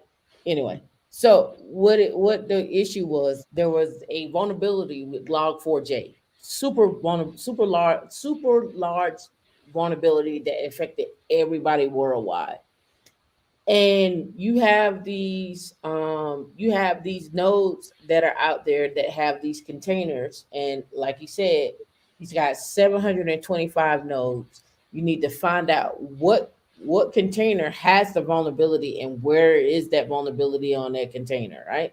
So now you got to figure out, okay, one, you're gonna have to track down where it's at. Two, what application does that affect? Three, can you update in place, or do you need to do a redeployment? Who's managing that particular project? Because they have 4,000 projects, 3,909 is how many they had. Who is responsible for that? What do you have in place? Is testing available for that? And how and when can it be done? And how long do you need to be offline in order to do that? Right. And then there's many other factors as well too, right? Public facing, what's behind the scene versus who interacts with what time zones and so forth, right? So there's a lot of things that went into play with that, right? So like he said, we need to know what our exposure was. How do we deploy and configure ACS across 25 clusters and 75 nodes, and they're using Argo, right? So let's get back to it. So I just want to give a little better summary than what he was saying. Fortunately for us, we just acquired licenses for Red Hat ACS, and with some of the sophisticated automation and cluster management we have in place, utilizing Argo CD GitOps, we knew we could engineer a quick and easy solution to roll out ACS at scale to all of our clusters. The ACS operator exposes two main APIs for configuring and deploying the product. As you can see in this image, we chose to break up our ACS deployment into two separate Argo applications, each representing a Helm chart that we created to deploy that specific set of components. Breaking the resources up in this way allows us to use Helm templating and cluster-specific value files to target which clusters would host an ACS central instance and which central each secured cluster instance should report back into. On this side, you can see a screenshot from the Argo console showing the 5 main resources that make up the central Helm chart.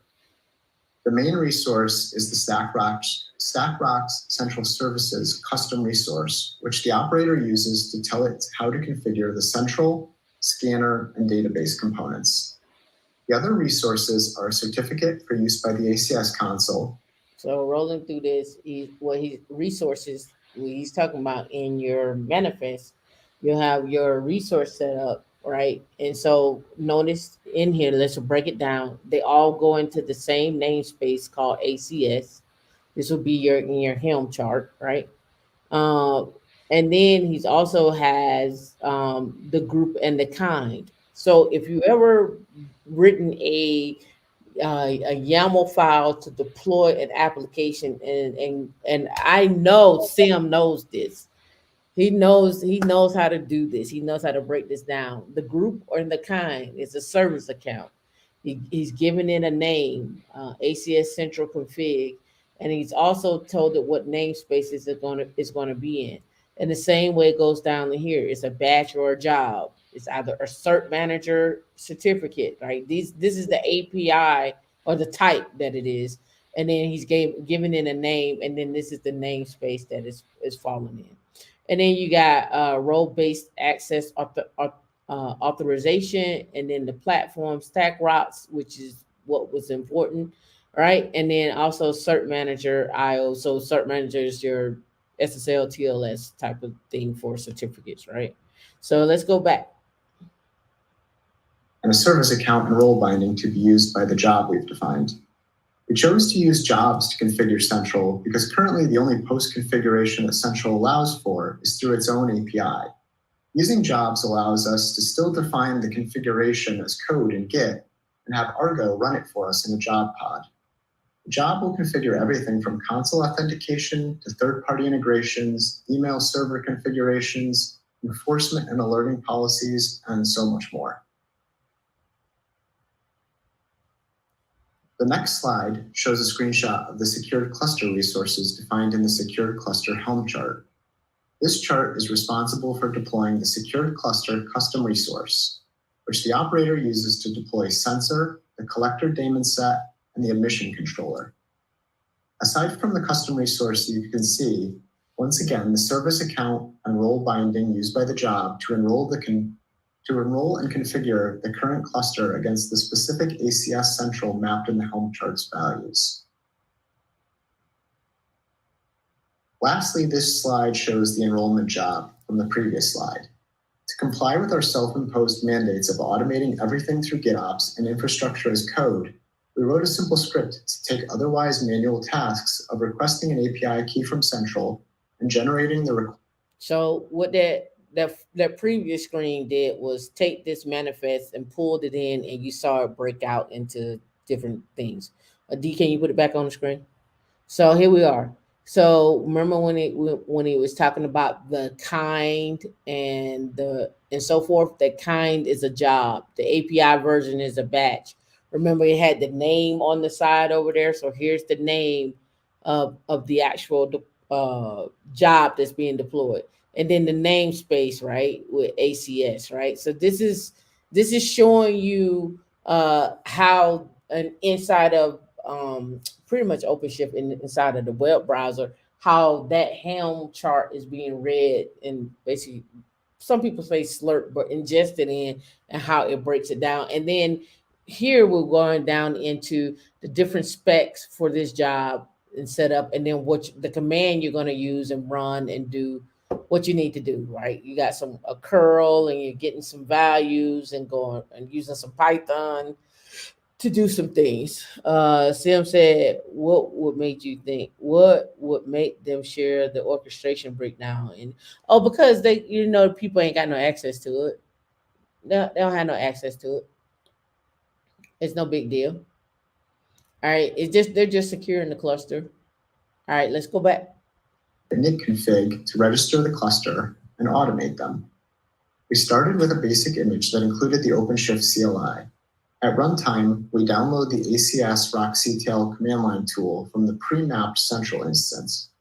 This is to ensure we are always getting the correct version of the command line utility that corresponds with the current central version we're running. Next, we use curl to make an API call to Central to request a cluster-specific API key. We use a predefined username and password that we configured with Central in the Central custom resource.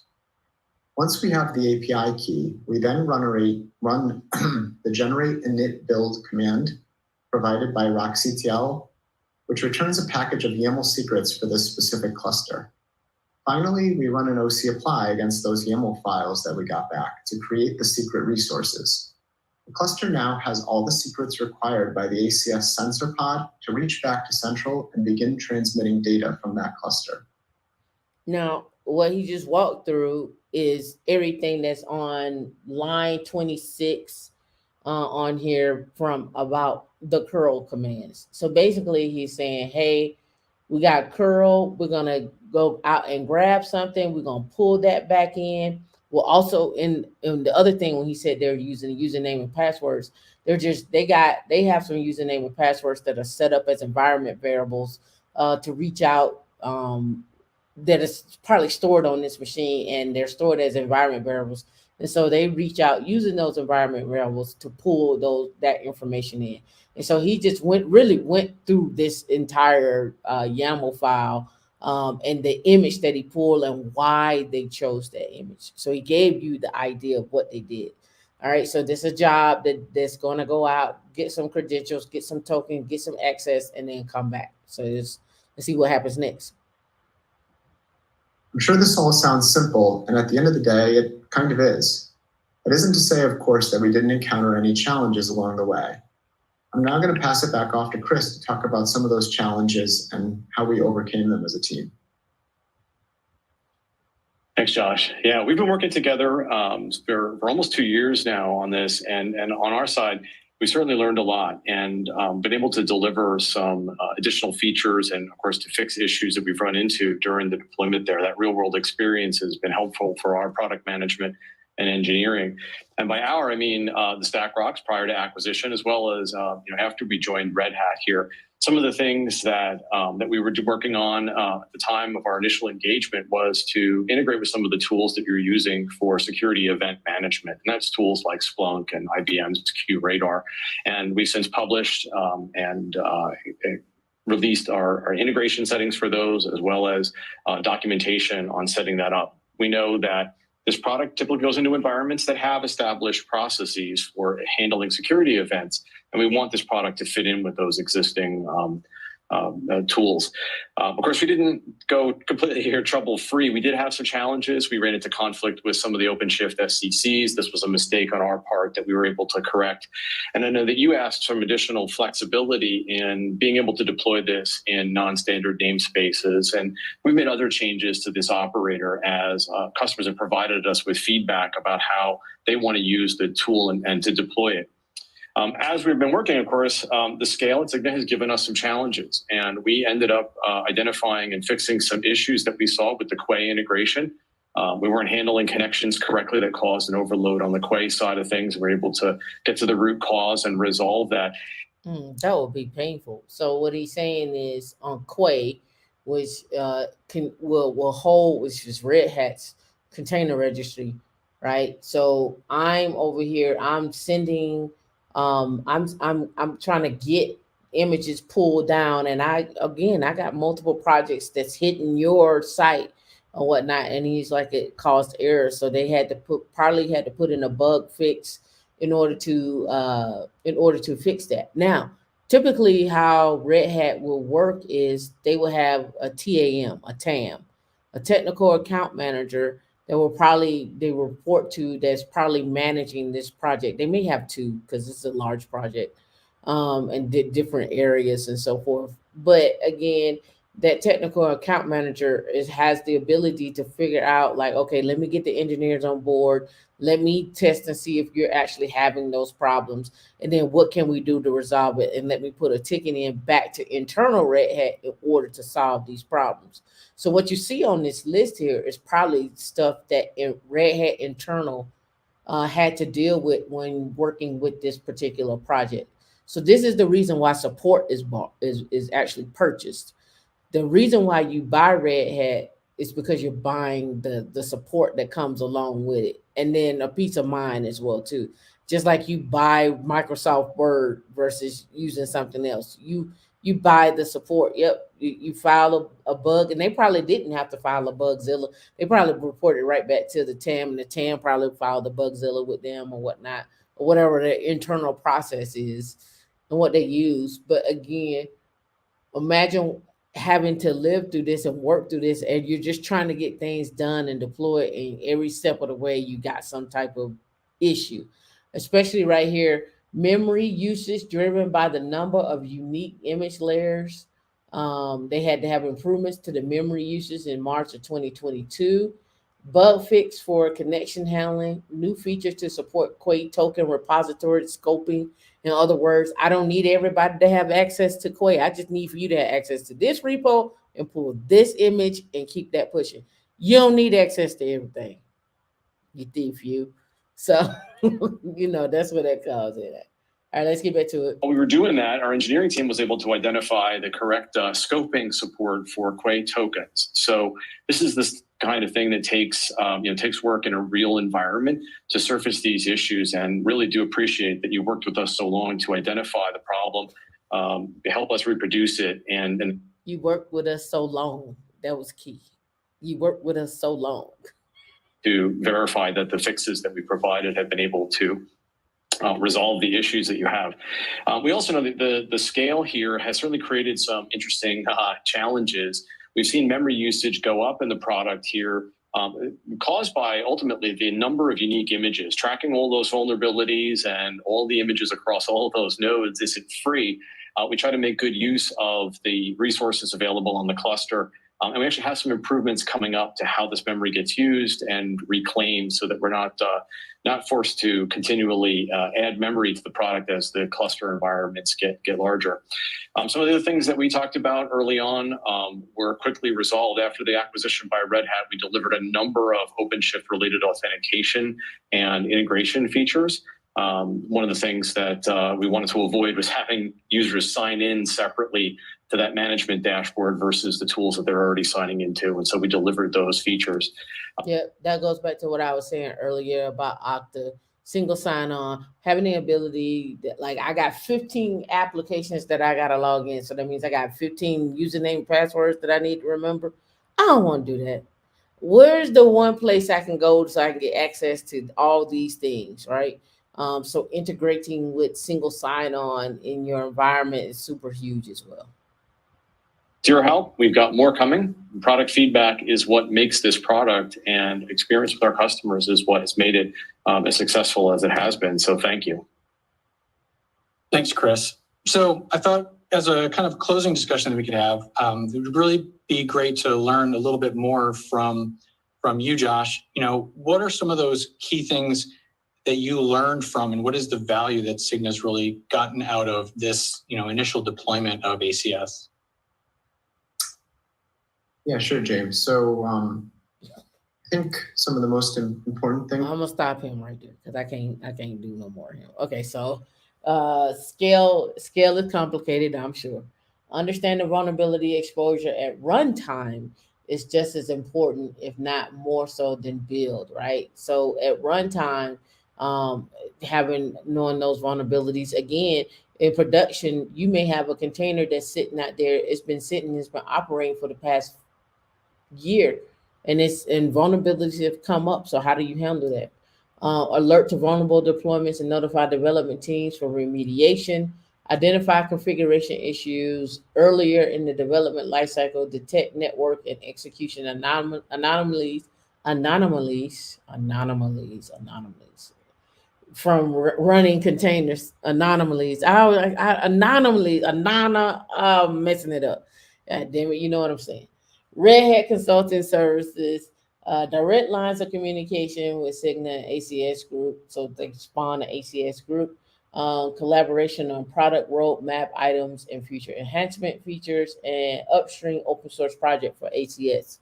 I wonder if they ever did that. Let's go look. ACS, Red Hat, open source. So here's Red Hat Advanced Cluster Security for Kubernetes. I'm looking to see. Here it is, right here. It's right here. Right here. Open source and Red Hat Advanced Cluster Management for Kubernetes. Right. So this came out in 2020. So again, here you go. This product is based on technology that originated with IBM, and the technology was not fully open source. In accordance with Red Hat policy, we're in the process of opening the open source for this new product. This same open source technology will then also be used by IBM for its Cloud Pak and multi-cloud management. At Red Hat, we believe using open source development model helps create more secure, stable, innovative technologies, right? So again, you can both go check it out. Here it is on GitHub. Ah, look, no repositories. Did they close it? Bet you they closed it. It may be under another name. Let me see.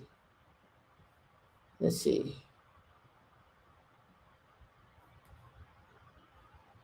Let me look here. Oh, here we go. That link didn't work. So here's one. Let's go back. Multi-cloud operator subscription release and demos. Here's some demos that they have right here. Red Hat Advanced Cluster Management examples of GitOps. bare metal assets via get outs, blue green application management, placement rules, and get outs policies. So they use Stack Rocks for that. Let me see. I think Stack Rocks security right here, and then they walk over the risk and 29 best practices.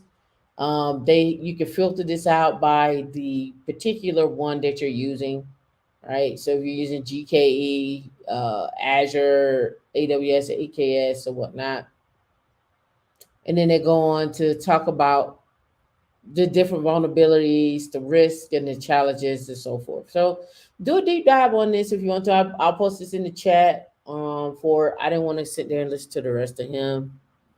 There we go. All right. So if you look under here in the DevSecOps, top 9 open source DevSecOps tools for Kubernetes. This came out on the 21st of 2021. And then they walk you through here. This is what he was talking about, like in your pipeline. So you can use Checkoff. It's an open source static analysis tool. You can use, he was talking about Claire, and then there's Clar, KLAR, for scanning your containers. Falco is another one, right? Cube Bench, Cube Hunter, Cube Linter, and then there we go. Open Policy Agent is it graduated from CNCF, and Open Policy Agent general purpose policy engine. Besides Kubernetes, OPA can enforce policies when using cloud native technologies such as Envoy, Terraform, Kafka. Open OPA, Open Policy Agent, can even be translated to SQL to enforce rules within your database.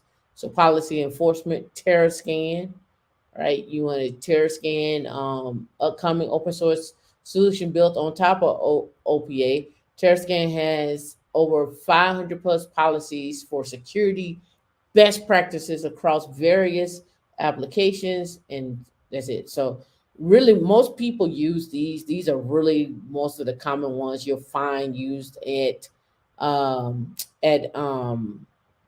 when you're using Kubernetes and so forth, right? So I wanted to give that to you. I'm not gonna bore you to death with all that. We've reached our 2 hour mark, D. I know it went by quick. We talked about Linux. We used Chat GPT. We looked up salaries. Um, I should have looked up best places. I should have looked at best places to work and cost the least. But you all can feel free to use Chat GPT. Have fun. You got Petty T earlier, and on this show, you got a little Petty T on this show. Opened up with some petty tea. Yeah, petty tea. All right. And last but not least, you got a chance to see and talk about the Red Hat conference. Why I'm an advocate for, I'm going to advocate for all the conferences. I'm an advocate for the Kubernetes Cluster conference, the open source conference, the open infrastructure conference. You need to go to that one too. That one we need to go to. Most definitely, we've been asked to speak at that conference a lot, and I just can never make it. But nevertheless, I want you all to enjoy 2023. Also, enjoy creating open new lanes for yourselves, as well as new skill sets and new income. Yeah. New income, right? Did anything you want to add before we get out of here?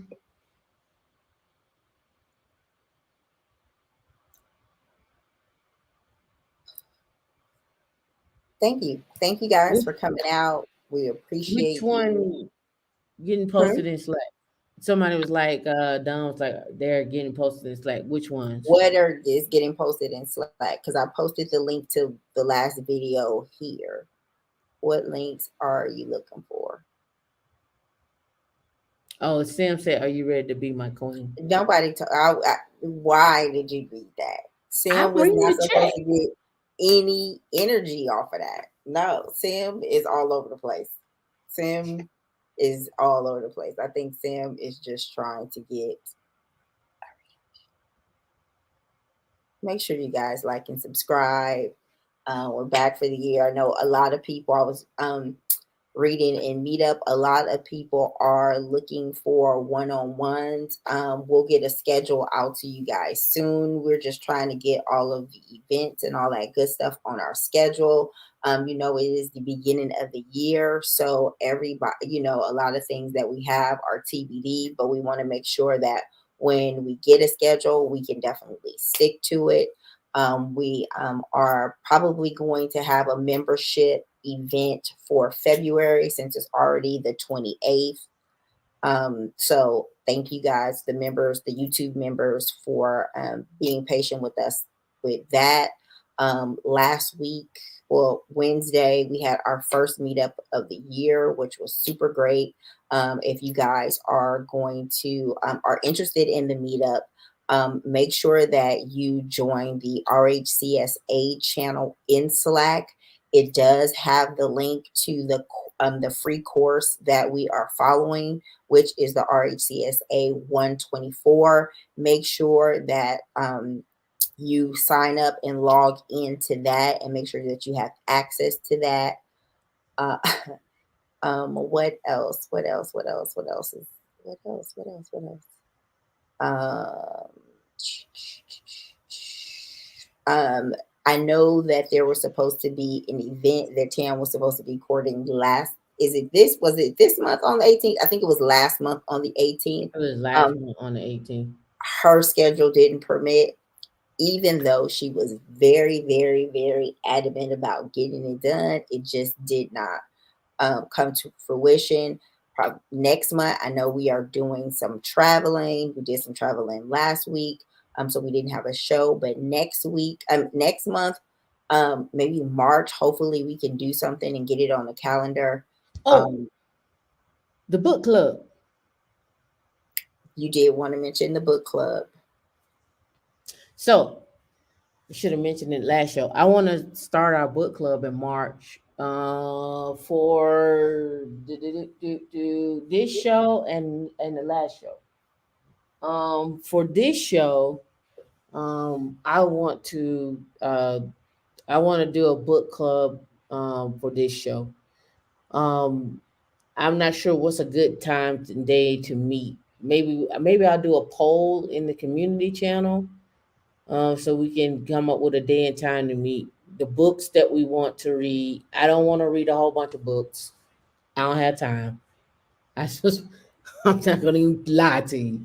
I think a good hot three is all I can take for the year. Right? I'm being realistic. I am not gonna like we're gonna There's so break. many. There's so many. It's not like we don't read books, but all of the books that we do read are technical books. Like, my sister does not know this, but I have purchased her book and she wrote a book, and I have not had any time to read it yet. But I did buy it, but I want to read it because it has great reviews. So, um, and then there's some training that I'm trying to get on my calendar as well. And some of that training is self-paced, which is a little bit more flexible, but some of that training, it will be like a class that I have to attend. So for those who don't know, we're always looking for volunteers that are ready to dig in.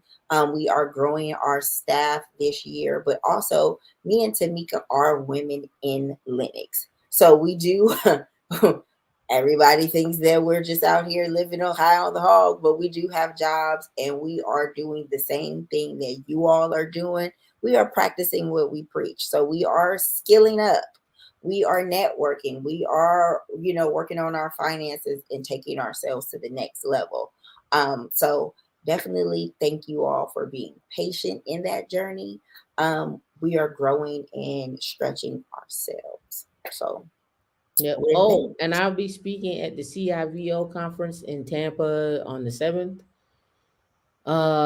So I'll be there. is Tracy Holmes will also be there as well too. Tracy will be speaking at the conference. She is part of Women in Linux. If you have not met her, she'll be there as well too. Yeah. So yeah, we're busy. Our conference, what? Yeah. You took a 2 hour and came back, and you came back. This a whole new show. Yeah, you definitely have to watch the replay.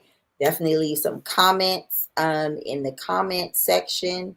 Um, go ahead and click that like and subscribe.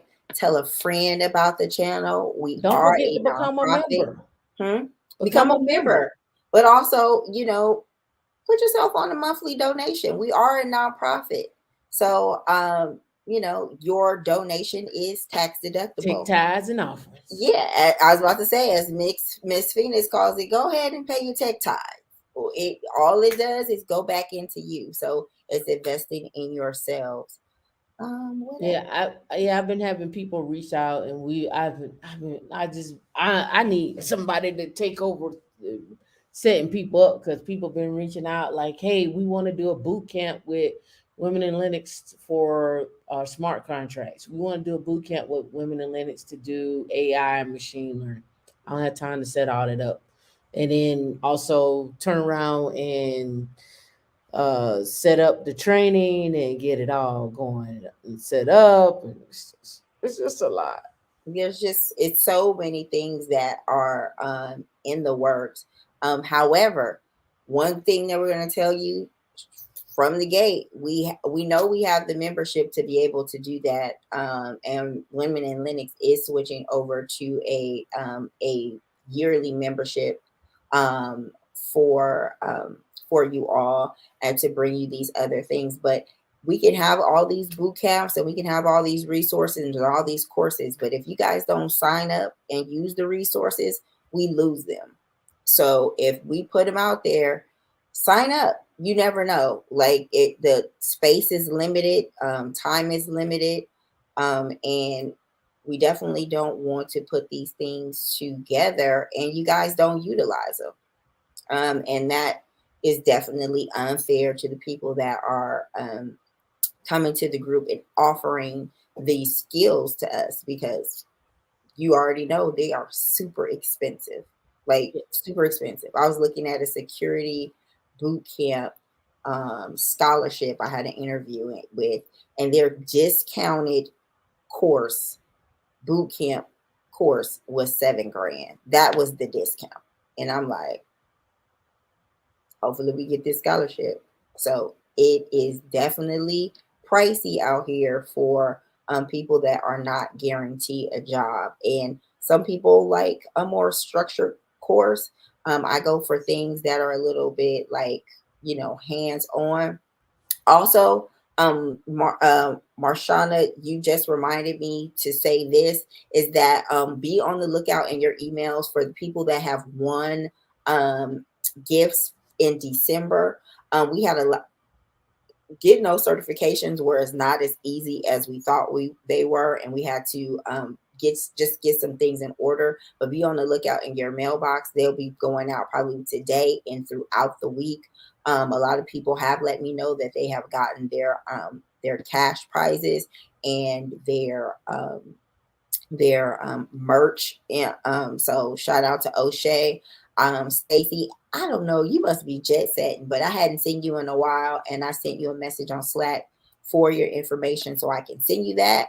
Or if you don't want me to send it to you and you want to re-gift it to somebody else, let us know so that we can get that to somebody. But do hit me back when you get a chance. You are missed.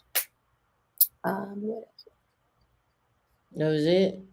I mean, there's always so much to do. Yeah, the book club. The first on the first show, I'm looking at. I've reached out, and I know a couple of people over at Bigger Pockets. I know, and I reached out to some of their authors, and so I want to do like a private book club where we could talk to the author of the books that I think we should be reading. and so we can have them in on the show. So that'll be separate. That won't be. I don't know. Should I do it on YouTube? I don't know. I ain't. I don't know. I would probably say save that to our new web for our new web platform and just do it through there. So it'll be ready just in time for you to do that on. So I'm thinking about a couple of books. The one book that I know I got to read is 52 houses in 52 weeks. All right. I want to do that, and I reached out to the author, and I want to have the author on as well, so we can talk about, okay, when you was, I want to read like the first four chapters, and then like, okay, well, in this chapter you were experiencing this, that, and other. What was the mindset, so forth and so on. So you can talk to the people themselves. Again, this is all about make your money in tech and then invest it somewhere else. And real estate is just one of those investments. Another investment, and when I say real estate, it could be commercial, it could be it could be a single family home, it could be a duplex, it could be whatever.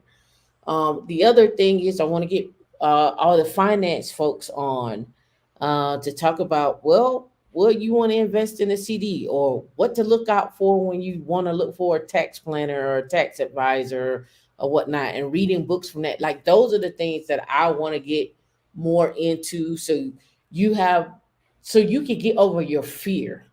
Yeah. That's really what I want. I want to level the playing field of, and just, I just want to push fear off the table, right? I just want to push fear off the table so that you have your, you can ask your questions. And I'm not recommending these people. I'm just saying, hey, here's a person that you can lend your time to, that ask these questions. We set this up, and then now when you go back out in the field to look for people, you can look for the people that you, based upon the questions and stuff, with a clear conscience and a clear mind, and not be scared to ask the questions. That's what I want, right? That's what I want us to have the ability to have, right? Um, and along with that, gain some skills, right? I want to start bringing back in our guest. What we were supposed to have a guest today. I'm gonna have to wait 2 weeks now to have this other guest back on. But we are gonna have entrepreneurs that have reached out to me, that have started their own consulting business. Entrepreneurs who have reached out to me that have started just doing consulting as just themselves, not necessarily a business. People who are CTOs, people who are CEOs, venture fund capitalists, all that. And I think the venture fund stuff, we're gonna have to throw that on binary hustlers.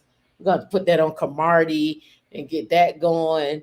I've already reached out to Ace. Ace said he want to come on the show, and I think we just gonna have to do a show with Ace and Eric. Like, I want to do a summit, like with Ace, Eric, Kiana, all the fun growers, the, everybody. I just want to do one that way, so we can do, do, just be blunt, do dope shit.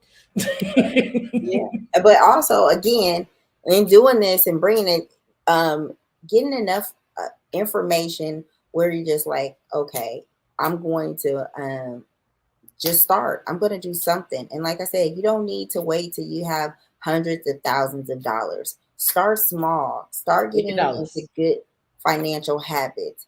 Go to a ground floor. Tell them Dion sent you. Go to the ground floor and invest $5. There's so many places that you can go and invest small and just get in the financial habit of, investing that Starbucks money into something. A lot of times we are just like, we have to be at this point in order to do something. Start, if you get a goal of paying down your credit card with the highest interest rate, like, start doing something towards that goal. Like, time is definitely money, and you can start with something. and it may not look big compared to somebody, but when you stay in your own lane, it's just one bite at a time. That's it. One bite at a time. We definitely want you to be doing something. Something. It's not easy. It takes discipline.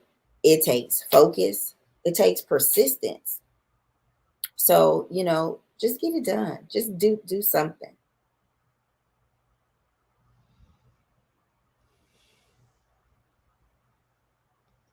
Yep. And it's also, understanding, meeting people where they're at, but also understanding that sometimes that you have to just introduce things to people and they may actually latch on to it, something that they wouldn't do for themselves. Right. So that's how I look at it. Yeah. And then sometimes people just don't know.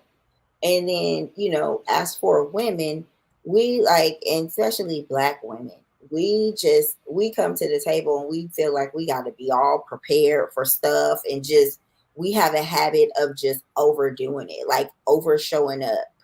Like, sometimes you have to shake off that perfectionist spirit and just get it done. A challenge for me is, okay, I'm just going to start applying to stuff.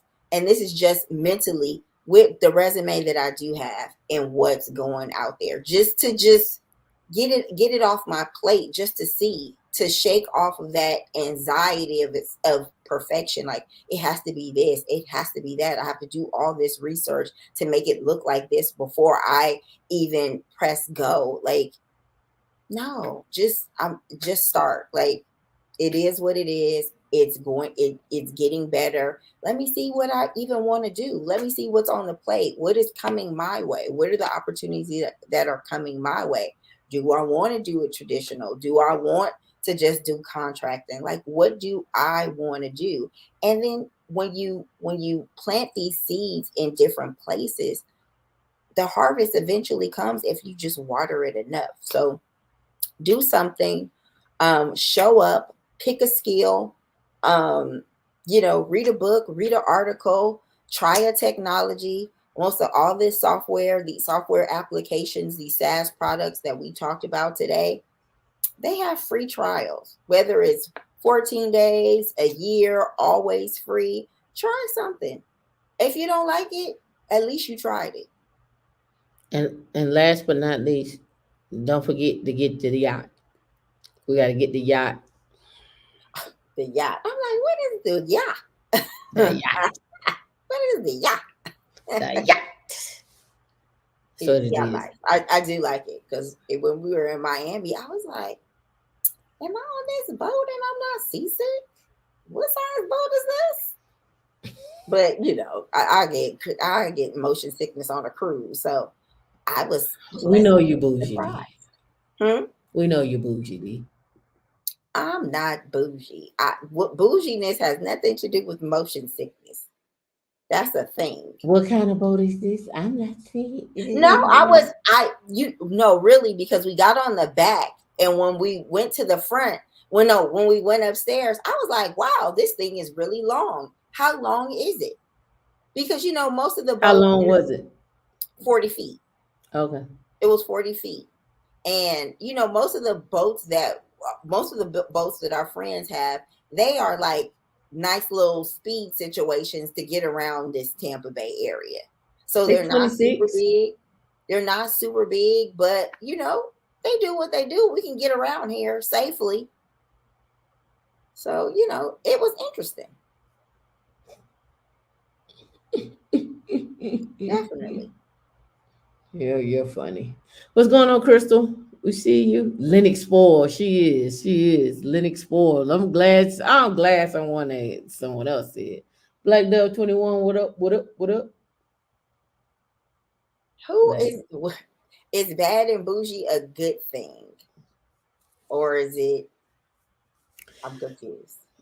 Don't be confused. Ask chat GPT if you spoiled or not. GPT don't know me. I am not spoiled in the least bit. I'm not spoiled. Hey, Crystal. I heard you was out there studying. You should let me know what you are studying. Maybe I'll study with you. It's Security Plus. Nobody worried about you. Nobody is worried about you in those super shades with your shady self. It's Shady. That's what it is. Just shady. It's Security Plus. Security Plus. Mm. I can look at Security Plus. I'm gonna call me Crystal because I'm doing something else as well. So call me. Let me know what you're doing. What's the shades for? I don't know why I'm asking. I can't just put on my shades to block the hate away. Well, hey, it's snowing out there, ain't it? I said I'm blocking the hate away. It's okay, from hate. the people. From the people in the No, just one person. Just one person.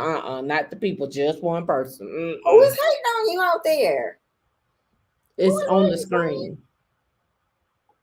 What screen? You got your other screen on? Your tablet is on? You right. Your tablet is on? You right. You hate yourself? Don't hate yourself, girl. Don't hate yourself. Don't do that. That's not what we're about. We talk about self-love all the time. Love yourself.